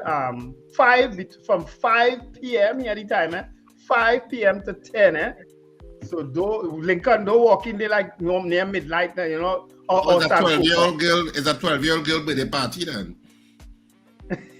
Yeah, 6. That's 3 to 6. This one is 5 to 10. All right. 5 to 10. Reggae Ride. You'll meet Gaylan. You'll meet the ultimate DJ Shane, and you'll meet other people from the radio station, I'm sure. Okay. I will try and come down. I'll try my best. You'll try your best. I might wrench myself from a rima and come down. I can pick you up. If I stab you, I'll stab you just for you. And you're not dying off. So I I know Friday is your work day in the bar. Yeah, that's no, but it won't be my work day, but I always help out on a Friday. I always have somewhere to go, you know. Anytime you see me, you know. Always have somewhere to go. Oh God. Yes, DL, I'm working on that to get permission to set up a mobile rum box outside of Richard Place. I'm working on that. All right, well, while we wait, let's see if we can probably take a couple calls now or something. Yeah, take some calls now. Yeah. All right, we're waiting for. Is it a Jamaican journalist, Sir Charles? Yeah. No, actually, he is he's the head of news and sports at RJR Gleaner Group. Yeah. Mr. Milton Walker. I'm now seeing it in the chat, Sir Charles. Okay. All right. Milton Walker, the head of news and sports at RJR Gleaner Group. All right? Yeah. All right. So while we wait and Mr. Walker to join us, let's take a couple of your calls. Dabadi, good morning to you. Good morning again. You know, Minister Wayne Church, you know, every time the media interviews him, he's just like, he doesn't even have the vocabulary, the words to say something. We watching international news. Well, I could say for me, a lot of people watch international news. We hear things about Trinidad and Tobago because we're not getting information from our government here, getting from the outside. And yet still he will say Trinidad not in a war with Venezuela. Now, we know that Trinidad not in any war with Venezuela, but the answer to the question wasn't that. What was the question? The answer, you know, as I was waiting for you to answer. Yeah, what was the question they asked him? The person was asking him about the personal non-grata thing with the Prime Minister and so on. Right? So, if we're not in any war, we know we're not in any war. He said as well that the Gravely is not for that. We know that too. That is not for that. But the thing is, he doesn't just explain himself. He just say one word, and expect you now to decipher what you're supposed to be saying. Not in this interview, in all interviews. And I find that is what is happening with all of these ministers who they interview. They're just short of words, and when you have to think now, and when you say something wrong, they say they never say so. All of them. So I'm fed up now, you know. Well fed up. Yeah. I doubt Is it a coincidence? The minister did wrong. Let me ask you guys this question. Is it purely coincidence that the school the USS Gravely went to do repairs on is down Cedros? Is that a coincidence? Is it down Cedros? I don't know. Yes, Cedros. The school in Cedros. Oh, I don't know. It was a Cuba. No, Cedros. I'm telling you, they're watching news or what? I thought the Cedros students visited the ship. I didn't know that. Yeah, I think so. No, they were down at the school. Oh, okay. Somebody will fact check that for us. Good morning to you, Cora. Checking me? Yes. Somebody fact check that for us, please. Somebody fact check. Caller, good morning. Yeah, good morning. Morning to Charles. Morning, Richard. Morning, Cooper. Good morning, sir. Morning, Mr. Cooper. Do you remember this at the swearing in? The dragon deal is dead. They're going to Grenada. And then a little while after, the dragon deal is alive. Look, I have my OFAC license that I get from Rubio. The PNM couldn't get the OFAC license. We get it. Do you remember that? Do you remember this? All man for himself. This Zona peace talk, we want to hear that. Every man for himself. Do you remember this? The CARICOM joining Venezuela against we. Just imagine that. There has been so much inconsistencies with our Prime Minister. And now, I get in a sour great reaction near one the gas. We have your own program, and then you're going to a well-beaten thing about reconstructing the economy. diversifying the economy. That word diversifying is more than 100 years old in Trinidad and Tobago. All the diversifying talk, it straddled both political parties, and no diversification ever take place.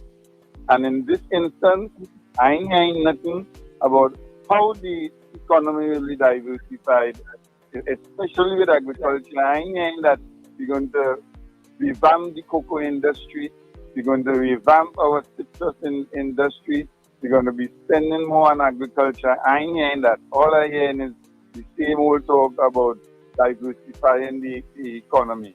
Our country is in a mess. Our country is at the brink of war. Our country depended on the assassination of the president of Venezuela in order for the economic fortunes to be realized. Just imagine that. Think about it. Thank you very much, Kukri. Good monologue. Wendell, the visiting USS Gravely is continuing. Oh gosh. Yeah, the school was from Citrus that visited, man. Yeah, well, you say Cuba, you know.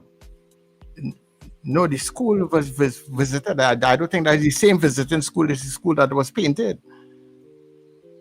I know the school from Cedros visited the ship. Yeah. Right, but they also did some work on the school in Cedros too.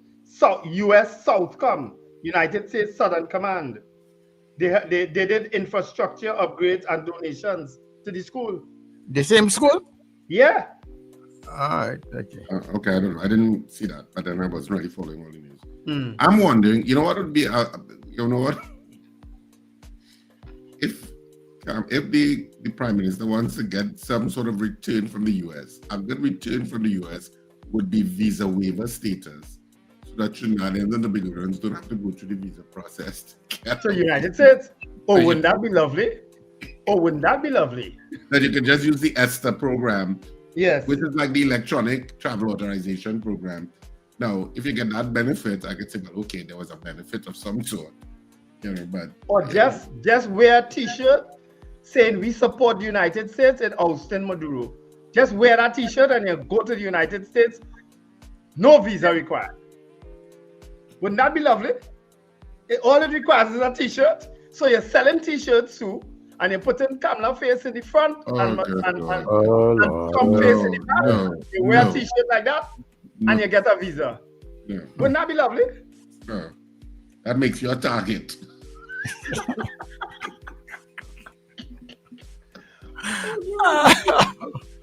So tell me, we don't see fun in everything. We have a way of making everything light, you know. This thing is serious, you know. What's going on is serious, you know. Because the United States ain't sent all damn ships down here for nothing. They come for a purpose. Obviously, they're making a point. Yes, you understand. So and that's why my conspiracy theory led me to believe that the Russian airplane that landed, that could carry, they say, over 200 troops and a whole set of equipment, is here to pick up Mr. Maduro. That's my conspiracy thinking. I may be completely wrong, but that's how I thought about it. You probably are. Completely wrong. Yeah, I know. Oh Lord. Anyway, lots of chat. Even though I know Machado had called on Maduro to just exit, you know, gracefully. Yeah. So. But you see, once they get through with Maduro, I hope Colombia and those other places know that they're next. What's the guy? I don't know. I don't know that the Colombian government has, and you could correct me if I'm wrong, Wendell, but I don't know that the Colombian government has any issue hanging over how they were elected, like how Maduro has hanging over his head, that the elections was fraudulent, and that the opposition actually won, and they're saying that Maduro won. Remember that was an issue. Remember that was an issue in terms of the elections in which Maduro won. And so that's an issue at the core of legitimacy in terms of your election. I don't know that hangs over Colombia. True, but that's not what they're using against Maduro. They're using the fact that he is a narco criminal. They're accusing him. I know, but part of it is that. Mm-hmm. The legitimacy. And they have accused other leaders in South America of the same thing. Yeah, but part of it is the legitimacy of the Maduro presidency in terms of the democratic process. Mm-hmm. Mm-hmm. That's why the Nobel, the Nobel Peace Prize people gave it to Machado. But of course, I don't know. The world is such a volatile place these days. It's tiring. Yeah. But did you see the story about the folks in Oslo? They didn't agree with it, and they didn't do the normal parade that they gave to Nobel Peace Prize winners. They refused to. The whole world is a volatile place. That is a little tiring. There's so much dissent and so much unkindness. Donna Ramlochan, whoever fool you that this really is about drugs, then you're in a sad position. Whoever you are, male or female or whatever, you're in a sad place. If I ever see what drugs do to human beings, I see it here in the chat sometimes. I swear some of you on drugs. Hey. Be kind to the listeners. Richard, our guest is here.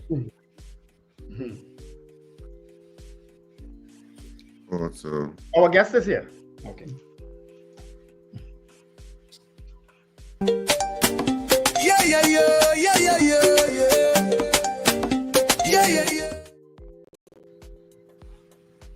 Good day, Mr. Walker, and thanks for joining us on the Breakfast Show this morning. Good morning.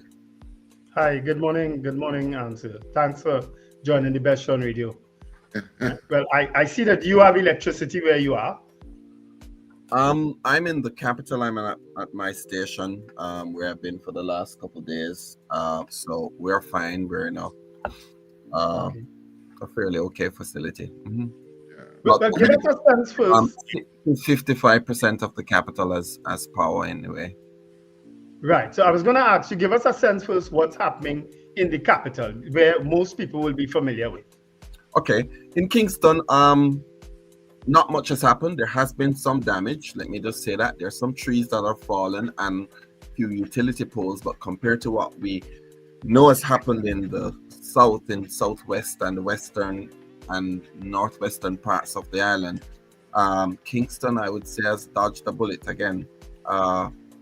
In the about 8 parishes, I'm talking Trelawney, St. James, where Montego Bay is, Hanover and Westmoreland, where Negril is, St. Elizabeth or Breadbasket, and Manchester. Those parishes appear to be the hardest hit. And in Bury last year, it was Manchester, Clarendon, and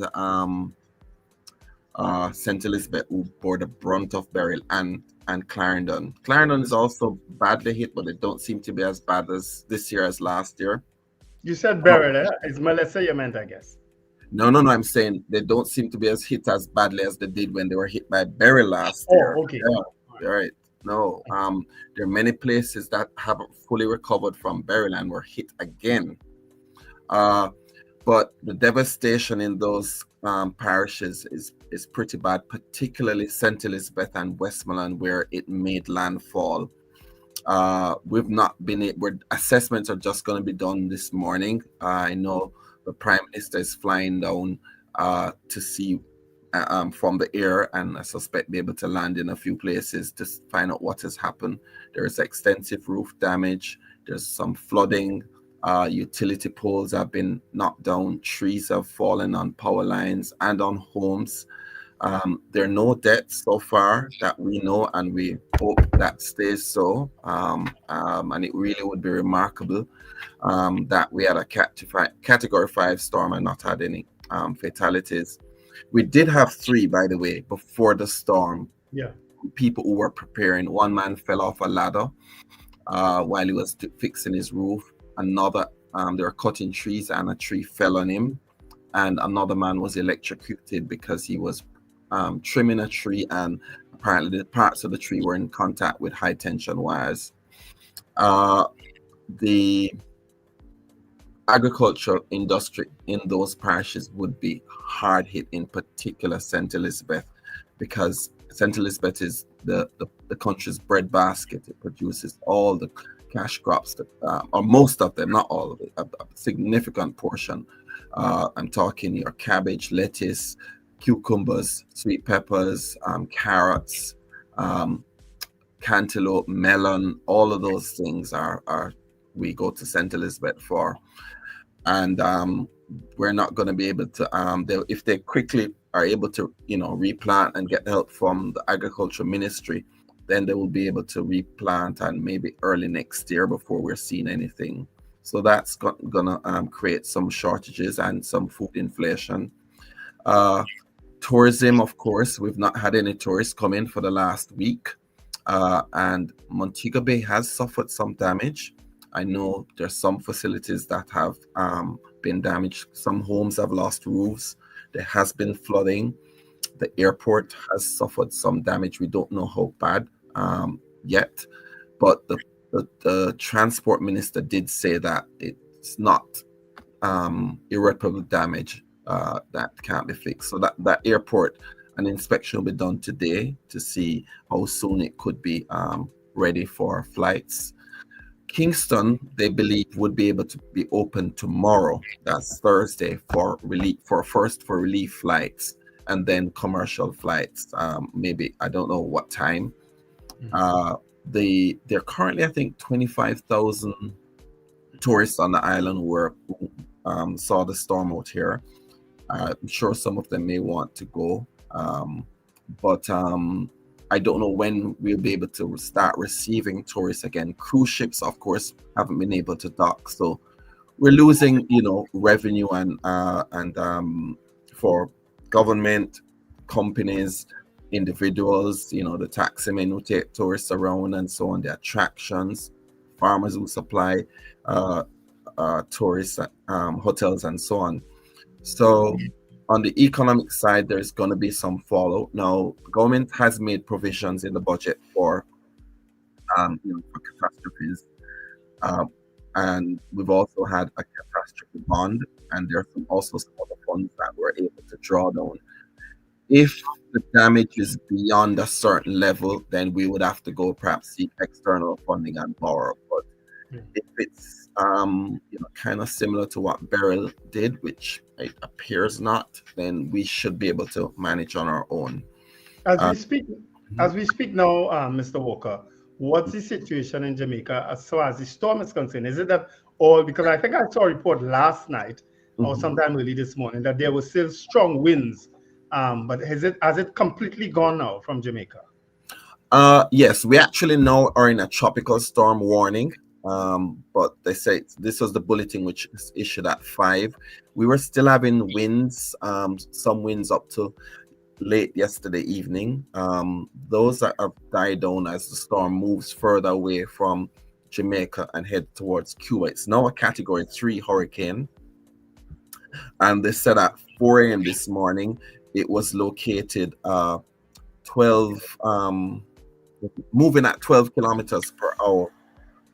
I'm sorry, the hurricane force winds, which extend 30 miles out from the center, and from tropical storm force winds 185 miles out from Jamaica. But it's moving away. It's about 140 miles north of Jamaica. So we should be this morning. We should be given the all clear, I believe. We have gotten some reports in Trinidad and Tobago from international news and stuff that there was damage to hospitals.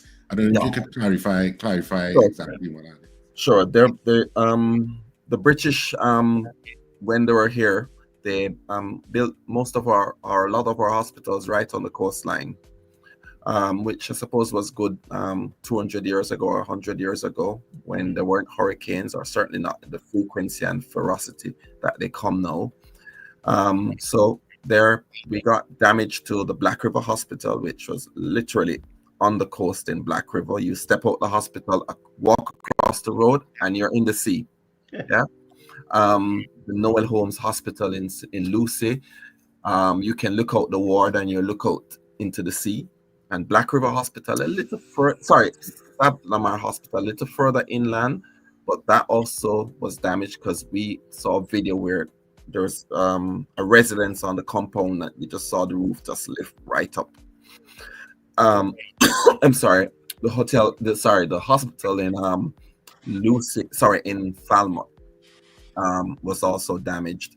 And I think some of the hospitals, I think there are 4 or 5 that were damaged in the West. Yes, so they suffered some damage. And the Black River Hospital, they had to evacuate the ground floor early because the storm surge was coming over, even though they had built a 12-foot wall to deal with exactly this. But when you're literally on the coast and the storm is coming right there, it's not much you can do. Yeah. Have those patients been evacuated to other hospitals? Oh yeah, they were. In other parts of the island? Yeah, they were. They were evacuated to other parts of the hospital, but I think one of the buildings that they were evacuated to, it lost its roof. That was a 3-story building. It lost its roof. So they've also been damaged to some, at least one police station that we know, that the divisional headquarters for St. Elizabeth in Black River, that was damaged. There was flooding and lots of windows were blown out. Yeah. Have you? Go ahead, sir. Oh, sorry about that. Mr. Walker, I just want to find out, besides all the headlines and the videos and everything we are seeing, what is it like in Jamaica? I'm talking about like the people and their resilience, the community spirit, before and even after this. Okay. So far, what are people? What is the community spirit like? Sure. First, I think Jamaicans take hurricanes seriously now.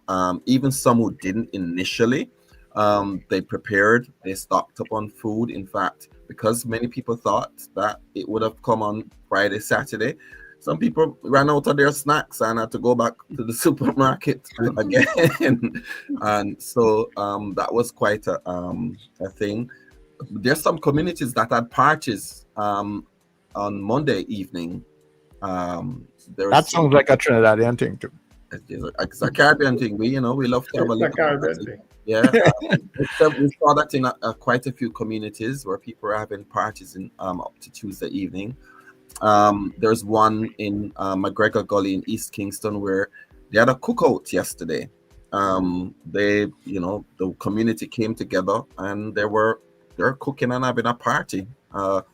We've had situations where people are helping neighbors to prepare to batten down their homes and so on. So there was a fair amount of community spirit.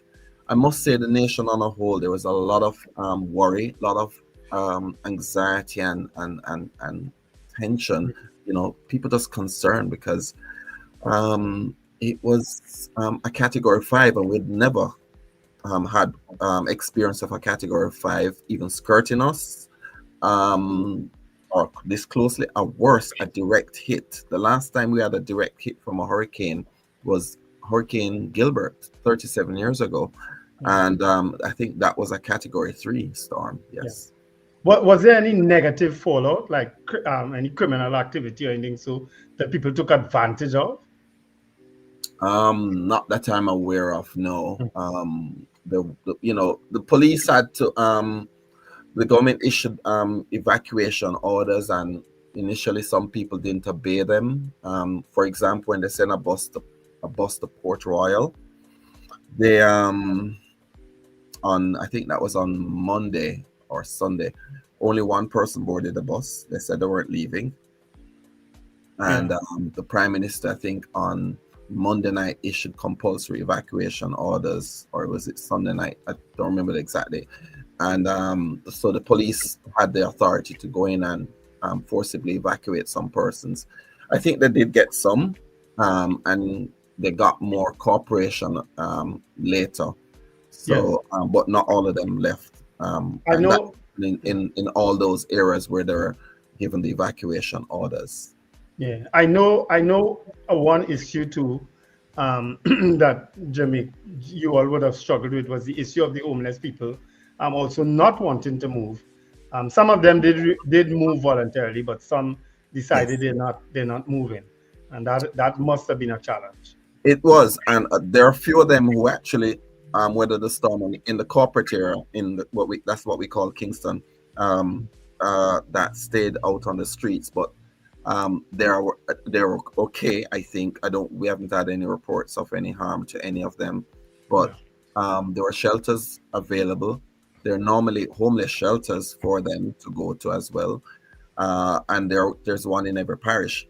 So elsewhere in the island, I believe they did go, because I think people really took it seriously, and because Beryl was so fresh in our minds, and people saw the devastation that Beryl did. Um, I think people took it They took seriously. precaution. What is the level of utilities being affected? I'm talking about electricity and cell and mobile communication and stuff across the island. You said 55% of Kingston had power or did not have power. I can't remember. Had power, yes. All Has right. power. Let me In terms of the general island. let me give you the figures overall. I think that it's about 70 to 75 without power. Um, and most of that's in the west. In those 8 parishes, Trelawney, St. James, Hanover, Westmoreland, St. Elizabeth, Manchester, they have 97 to 99% outages. No, 97% to 99% of the population, they don't have power. In Clarendon, it's 80%. In St. Catherine, it's 61%. And then in Portmore City, it's just 4.2% without power. St. Thomas, 4%, and the capital, 45%. I suspect some in the capital, more people will get power within the next year or two, because I think it's perhaps a question of maybe a power line. There'll be less down poles in the capital than in, say, St. Elizabeth or Manchester. The cell service is very spotty in those areas. Flo has done an arrangement with Starlink to get cell service and some data service to the people in that area. So there is some service, but generally it's very, very bad in those parishes. It's difficult to get people. And I think digital may have been a little worse than Flo, because I think they're pretty bad. So between power being knocked out and perhaps running out of fuel, the generators, the backup generators, and perhaps towers being knocked down themselves, that's a problem for cell service. The JPS, though, that's a power company, pre-positioned equipment. They also brought in 79 linesmen up to Saturday from abroad to help with the restoration effort. That's going to start this morning. Right now, they're going to do an assessment, of course, but I believe there's some errors because they were restoring power up to yesterday as well. Which kind of leads me to my next question. Is it that Jamaica would need any assistance from its CARICOM neighbors? Because I know the Prime Minister of Trinidad and Tobago did indicate that Trinidad would be preparing to send whatever assistance that Jamaica might need after the event. Do you think that Jamaica would need assistance, or it's too early to tell? I believe we will require some assistance. There are many families that would have lost a lot. So any help that they could get, that would be good. There'd be need for some bedding, tarpaulins, stuff like that, hygiene kits, the things that people would need immediately after, say, a storm or disaster like this. The government obviously will do some more, but there's also some infrastructure damage. There'll be damage to roads. I don't know if there any damage to any bridges, for example, because a lot of rivers were in spate. The famous rear cobra in the Bugwalk Gorge with Flatbridge, the live camera that we saw up to when we saw it last night, it entirely covered the bridge. You couldn't see the bridge. and the water was rising. Flatbridge, though, is a resilient bridge. It's there for a couple hundred years, so it will survive, we believe. It's kind of built to stand up. It doesn't have rails, and that's designed so that when the water flows, it just flows over and under. The elsewhere we don't know the assessment today from those reconnaissance flights, and then when we get drones out to go into remote communities and mountain areas, we will know, because there have also been landslides, by the way.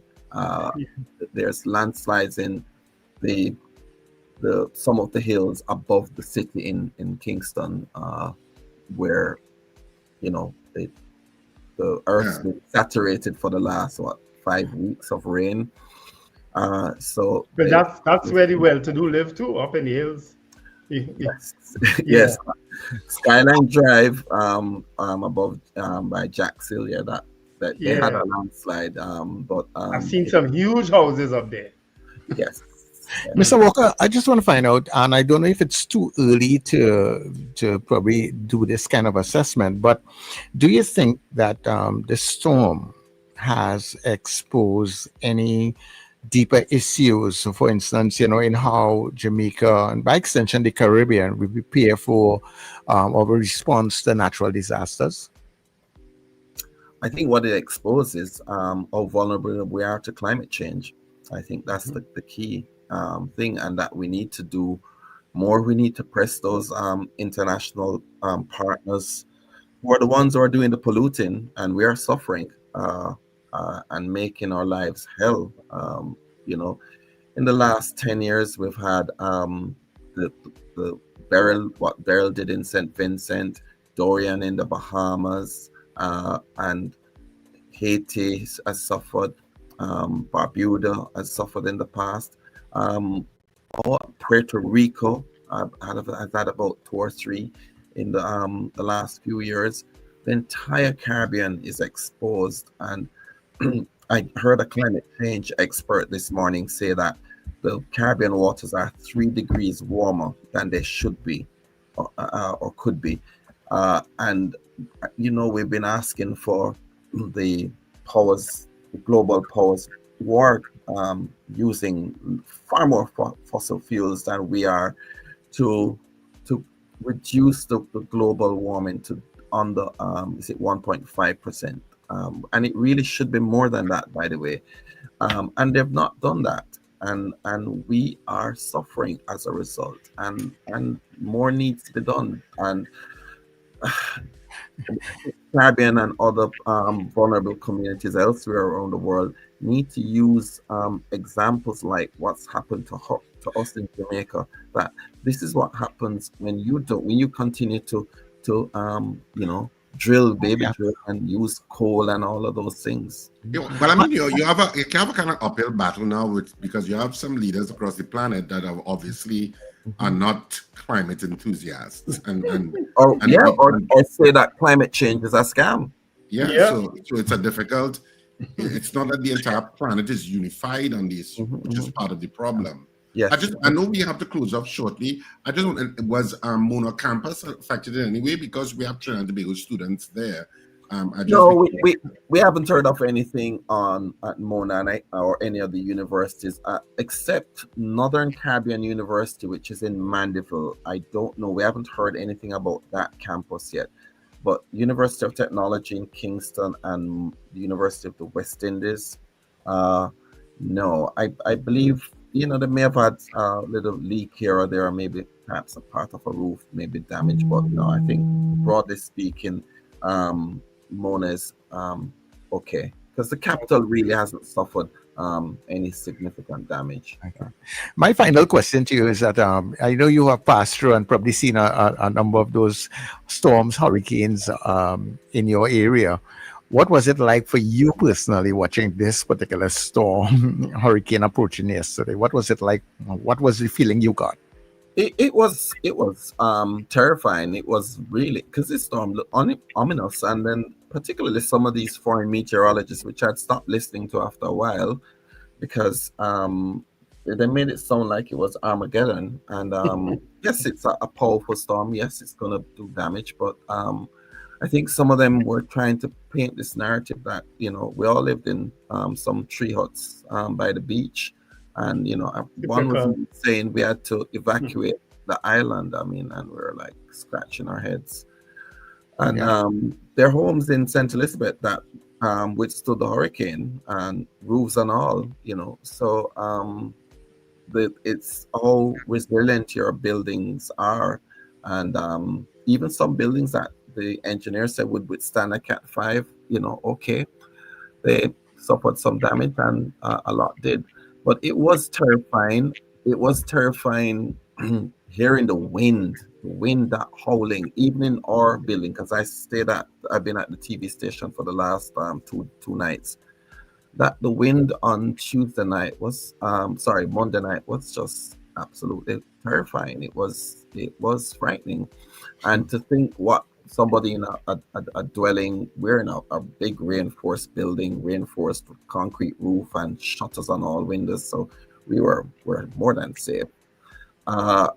Yesterday when I spoke to a lady from Bluefields in Westmoreland, and they were experiencing the storm while I was speaking to her about something to 11 yesterday, and they had started to see and feel hurricane force winds at 8 in the morning. And it was absolutely, I mean, I was on air and I was actually just like stunned. Westmoreland has these lovely quaint wooden chattel houses, they call them, and they're put on concrete foundation, but it's one that they can just use a small crane and put it on a flatbed lorry and move it to another location. And she said she saw the hurricane just toss one of them down the hill, and there were people inside. We do not know what happened to them. We hope they're okay. And a breadfruit tree fell on another house in our neighborhood, and she said the force of the wind was shattering windows just like that. And you could hear the fear in her voice. And she said she'd think she was safe where she was, but the house behind her, she said she feel it may be, it would go. We haven't been able to reach her since. But when you hear those stories, that really was terrifying. Yeah. All right. Well, Mr. Walker, thanks so much. Mm-hmm. Yeah, thanks so much for joining us on the Breakfast Show this morning. We appreciate you talking to us about what took place. Thanks, Mr. Small. Walker.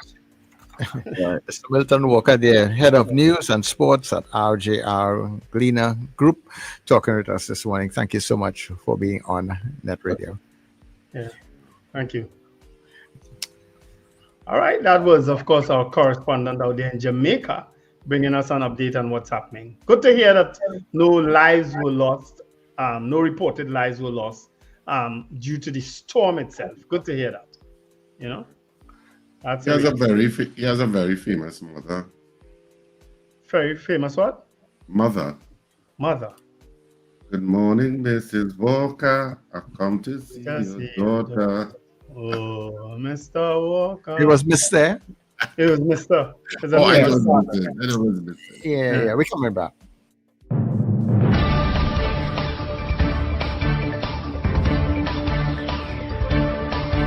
The news you need, the clarity you deserve. Local, regional, global. This is Net Radio News Now.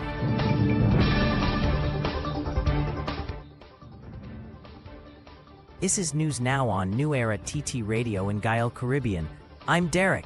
Good day. Prime Minister Kamala Persad-Bissessar has brushed off Venezuela's move to declare her persona non grata, calling it a useless declaration that has no effect on my life. Speaking on the issue, the Prime Minister questioned why Venezuelan authorities were targeting her instead of U.S. President Donald Trump, noting that the warships involved in drug interdiction exercises are American. She said Trinidad and Tobago will continue to support operations against narco-traffickers in international waters. The Venezuelan National Assembly is today debating the motion under Article 111 of its internal regulations, even as relations between the two countries continue to deteriorate. The tension follows President Nicolas Maduro's suspension of energy talks with Port of Spain and accusations that the U.S., with Trinidad and Tobago's support, is plotting to provoke an attack on Venezuela. Minister in the Ministry of Housing, Senator Anil Roberts, says the fraud squad has been called in to investigate the alleged selective payment of millions of dollars through Housing Development Corporation contracts to companies linked to former government ministers. Speaking in the Senate during debate on the 2026 budget, Roberts claimed that more than $11 million was paid out to politically connected firms before the April 2025 general election, while other contractors owed by the state were left unpaid. He alleged that one former PNM minister collected millions in rent for a residential property billed at commercial rates. Roberts said the matter was being referred to the Attorney General and Fraud Squad for investigation, describing the former administration as self-serving and calling for accountability. Despite heightened public attention over the visit of the USS Gravely to Trinidad and Tobago, the Supermarket Association says shoppers have remained calm and business is normal. President Biondi Bachu told the Express there's been no panic buying or unusual shopping activity, adding that the local supply chain remains strong, with adequate stock in stores, warehouses, and from suppliers. The U.S. guided missile destroyer USS Gravely arrived in Trinidad and Tobago on Sunday, just 24 miles from the Venezuelan coast. Tensions have been rising since August, with Caracas accusing Trinidad and Tobago of conducting U.S.-led military exercises and preparing a false flag attack. The vessel is expected to leave on October 30th, following joint training exercises with the Trinidad and Tobago Defense Force. As tension builds over Venezuela's suspension of gas deals with Trinidad and Tobago and the arrival of the U.S. aircraft carrier USS Gerald R. Ford in the region, experts remain divided on the implications. Retired Brigadier General Carl Alfonso, speaking on CNC3's Morning Brew, urged citizens not to panic, saying he doesn't believe Venezuela would attack Trinidad and Tobago. He admitted the U.S.-Venezuela standoff is concerning, but urged the public to remain calm and cool. International Relations lecturer Dr. Karen Niles said relations with Venezuela are not good, and future dialogue may depend on political change in Caracas. He warned that any Venezuelan military move would be unwise, given U.S. strength, and advised citizens to stay grounded while leaders plan for the nation's future. Police shot and killed a Mayaro man during a confrontation early Monday morning. The deceased has been identified as Ainsley Glenn Gonzalez of Calmapass Village, Guayaguayari. According to police, around 2 a.m., officers responded to reports that Gonzalez was armed at the Guayaguayari fishing port. When approached, he allegedly ran into a wooden structure and pulled a firearm from beneath a bed. Officers say he pointed the weapon at them and refused to drop it, prompting them to open fire in keeping with the TTP's use of force policy. Gonzalez was taken to the Mayaro District Health Facility, where he was pronounced dead. A sawed-off shotgun was recovered at the scene. Investigations are continuing under ASP Russell. In the region, the United States military has carried out a new wave of airstrikes in the eastern Pacific Ocean, destroying 4 vessels allegedly involved in narcotics trafficking and killing 14 people, according to U.S. Defense Secretary Pete Hegseth. In a post on X, Hegseth said the vessels were targeted in 3 separate strikes along known drug smuggling routes, with 1 survivor recovered. He described the operation as part of President Donald Trump's intensified campaign against what he called narco-terrorists, traffickers he claims are responsible for more American deaths than Al-Qaeda. The strikes bring the death toll in the campaign across the Caribbean and Eastern Pacific to over 50 since September. Hegseth said the attacks took place in international waters, with no U.S. casualties reported. President Trump, now in Asia, said Congress will be briefed, but the U.S. does not intend to seek a declaration of war. In international news, a Hamas civil defense spokesman says 3 Palestinians were killed and dozens injured after Israeli airstrikes hit homes, the courtyard of Al-Shifa Hospital, and other areas in Deir al-Balah and Khan Yunis. Witnesses reported powerful explosions shaking several parts of Gaza City, hours after Israeli Prime Minister Benjamin Netanyahu ordered the military to resume strikes on Gaza. Hamas denied involvement in a shooting incident targeting Israeli troops in Rafah, saying it remains committed to the ceasefire deal brokered by Egypt and Qatar. The escalation has renewed fears the fragile truce could collapse amid growing mistrust and stalled progress in the Cairo peace agreement. And that is news at this time. That was News Now. Stay informed with New Era TT Radio. Net Radio.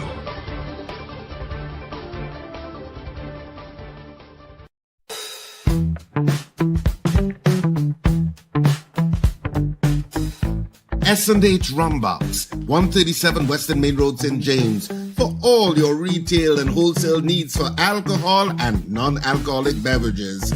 Call us at 686-0599 or visit us at 137 Western Main Road, St. James.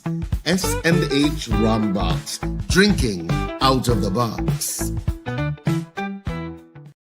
Ho, ho, ho! This Christmas, small businesses, this one's just for you. Get your brand, your product, your business in front of thousands every single day on New Era TT Radio, Net Radio, and Gael Caribbean TV. And here's the gift you've been waiting for. Radio and television advertising has never been more affordable anywhere else. We are talking unbeatable real rates, prices no one else can offer you for primetime slots that put your business right where your customers are watching and listening. So call us today at 299-5156 and turn your Christmas into real results and real profits with affordable advertising, so you too can say Merry Christmas. Charmflair Auto Services Limited, your one-stop auto repair shop, located at number 1 Industrial Lane, Charmflair, right opposite the brewery on the Eastern Main Road. Yes, we do it all. Repairs to all makes and models, from your everyday sedan to SUVs, light trucks, pickups, and panel vans. We're also the sole distributors of Davanti tires, certified VTS inspection station, plus a wide range of services: oil change, front end and suspension repairs, tune-ups, tire alignment, batteries, electrical work, radiator and cooling system, AC repairs, and accessories galore. We offer pickup and drop-off service too. Call us today at 662-6545 or 662-6572. Follow us on Instagram and Facebook. Charmflair Auto Services Limited, number 1 Industrial Lane, Charmflair. We do it all. Get ready to experience an explosion of culture. The Faisabad Connection Theatre Company presents a mini concert showcasing incredible talent. Feel the rhythm with the incredible UC stars. Be captivated by the performances of Faisabad Secondary School Drama Group, the amazing Michaela Sylvester, John Denacion, and Daniel Gabe, Mandisa Matthews, Abideli the Extempo Master, Whitney Williams, Amelia Harding, and Joseph Lopez. It's a night of poetry, music, dance, drama, and drumming, all come together in one unforgettable performance. Friday, October 31st, 2025, 7 p.m. at the Faisabad Regional Complex.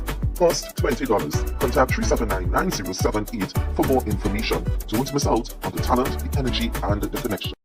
CLR is your turn. The Roadie Lovers Comedy Show is coming to the east. Cipriani Lepa College.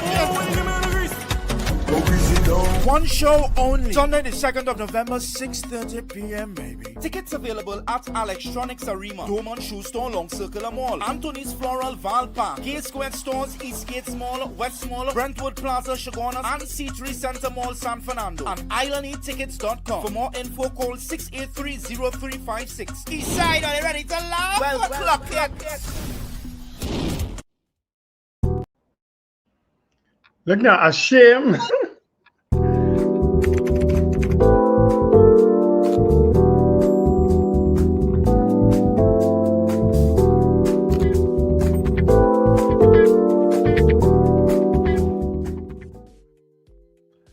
I just look back at my Facebook Messenger profile. I have messages that I have not read since 2010. A shame. 2010, you say now? 2010. And I have endless in 2020. But it goes all the way back to 2010. I have not looked. I don't know why people would send me messages sometimes on inbox. Yeah, I myself, I don't and really call me. Some people call me from Facebook Messenger too. I sorry people, but don't send me. You see, if you don't get me on WhatsApp, or you don't get me directly on the show or some kind of thing, don't even bother leaving me voice messages. I have voice messages I don't check. Yeah, the messenger and all those other things. Yeah, don't do it. You would think Wendell is ignoring you, but it's just because I generally don't check some of those things. You know, I don't. My apologies. And if you have one, so I've seen an article coming up talking about, there was a heist in the Louvre. Yes. Jewel heist. Mm-hmm.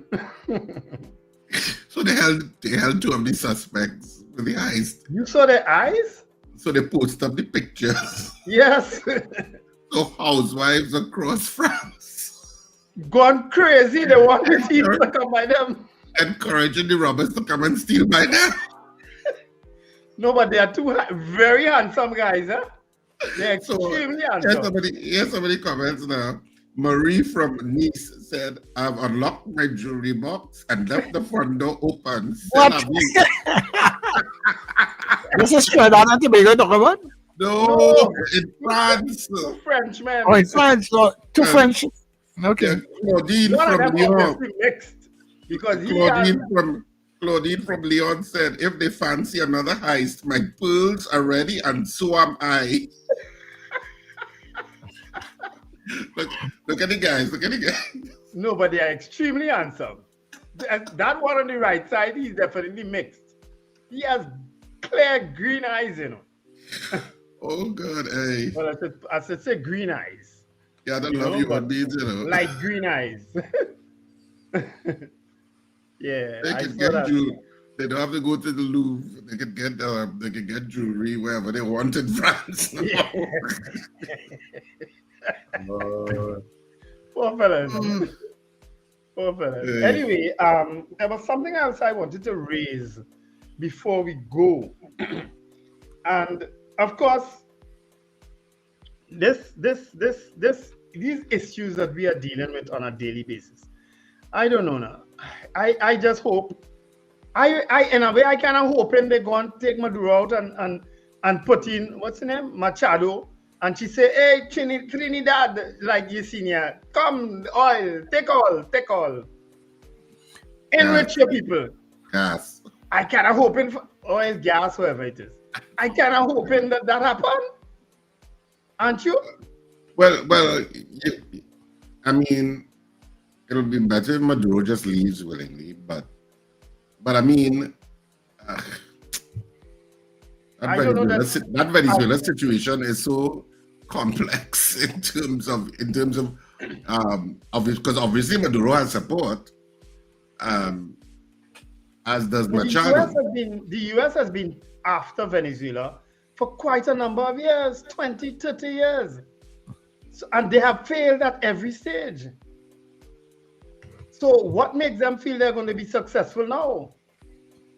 Because if the U.S. goes onto the ground in Venezuela, I don't know that the Venezuelans going to just say, roll over and say, take what you want. So that's why I guess they're trying the intimidating tactics, hoping that he says, something, this ain't worth it now. I get too old for this.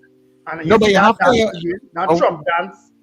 Yeah, they play Trump dance. I sent it for you to Charles to play it. What's that? The dance where Maduro dancing like Trump, how Trump does dance. I had to go and download something. I don't know. Yesterday. You don't see Richard? No, you see, I just have so much thing to go through and so sometimes I really it's a funny video. I just wanted to what you were saying about I saw it. About him and the support and stuff. And even if you take away from what Mr. Gonzalez was saying, and then you have on opposition, and they have like about 10 opposition. If all of those persons who have people who would have voted against him on the ground, who are not in support of him, and would want him go out by any means necessary also to, He had to decide that too, Charles. They can't decide that. No, but what I'm saying is that I done with that.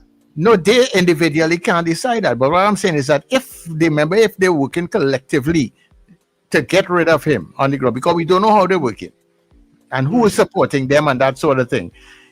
Who knows what it might really be like on the ground? Well, the first thing they have to do is come out of hiding. That's the first thing they have to do. Well, maybe in the right time they will come out. They will just come out just so. He had But remember Machado, in the last election, Machado couldn't go up, because she was a popular opposition. Remember the opposition coalesced around Machado. And they found some reason to invalidate her nomination, and they had to send up somebody else. Yeah. Who kind of represented? Yeah, who kind of represented Machado in a kind of way? Yes. Behind the scenes. Yeah. So obviously, there's a lot to answer for, and I mean, Maduro needs to exit. I think that'd be the quickest resolution to the issue. Yeah. And the least bloodiest. Yeah. He has to want to go. He probably have to do like when the US was taking over Hawaii. The person who was in charge, I can't remember her name. She stepped down because of not wanting bloodshed for her people and all. And that's how they capture Hawaii. Yeah. They went after the pineapples and all kind of thing. Maduro knows he still has a lot of support. He knows that. He knows, and he has convinced these people, and he may very well be right, that they are poor because of the sanctions the same US imposed on them, and not because what he is doing.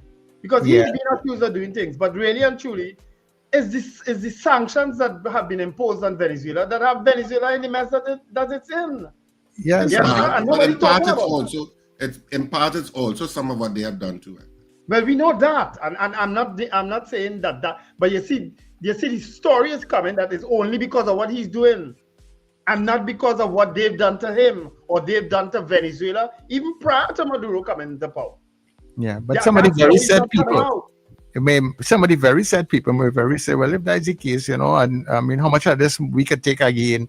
It's best you better step down or move out. Yeah, he may very well do that. And as I said, my conspiracy. I don't feel he's going to do that. I don't feel he's on the Russian jet. I don't feel he's on the Russian jet went there. That Russian plane come for him. And but did you see the street protests in Venezuela yesterday holding up pictures of our prime minister? I heard about it. I didn't see it. I saw some of it. Yes. Yeah. That's how far it reached. I saw some of it in social media. Yeah. Let me go. I have a grandparent, one who's a Bajan and one who's a Vincentian. I think I'm gonna get their passports. Yes. Anyhow, guys, let's start to move. Yeah. Folks, have an absolutely wonderful day. Don't forget, yesterday my issues with the Trinidad and Tobago judiciary ended. I'll tell you all, it's mostly good news. It's great news for me. It ended, and so I'll tell my story soon enough. Okay. All right, well, have a fantastic day, whatever you do. Remember to smile and laugh. It's great for your health on this Wednesday morning. All right, bye-bye. So, just reminding you, this has been the Breakfast Show. Real energy. Real energy.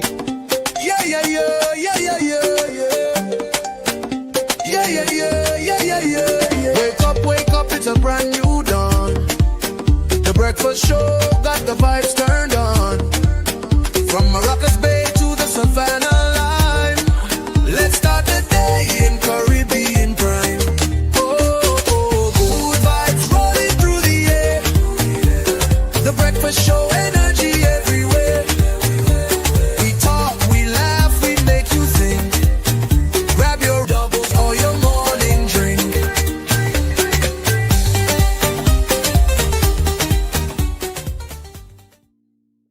Taylor Radio Show. For the Cheryl Taylor Radio Show.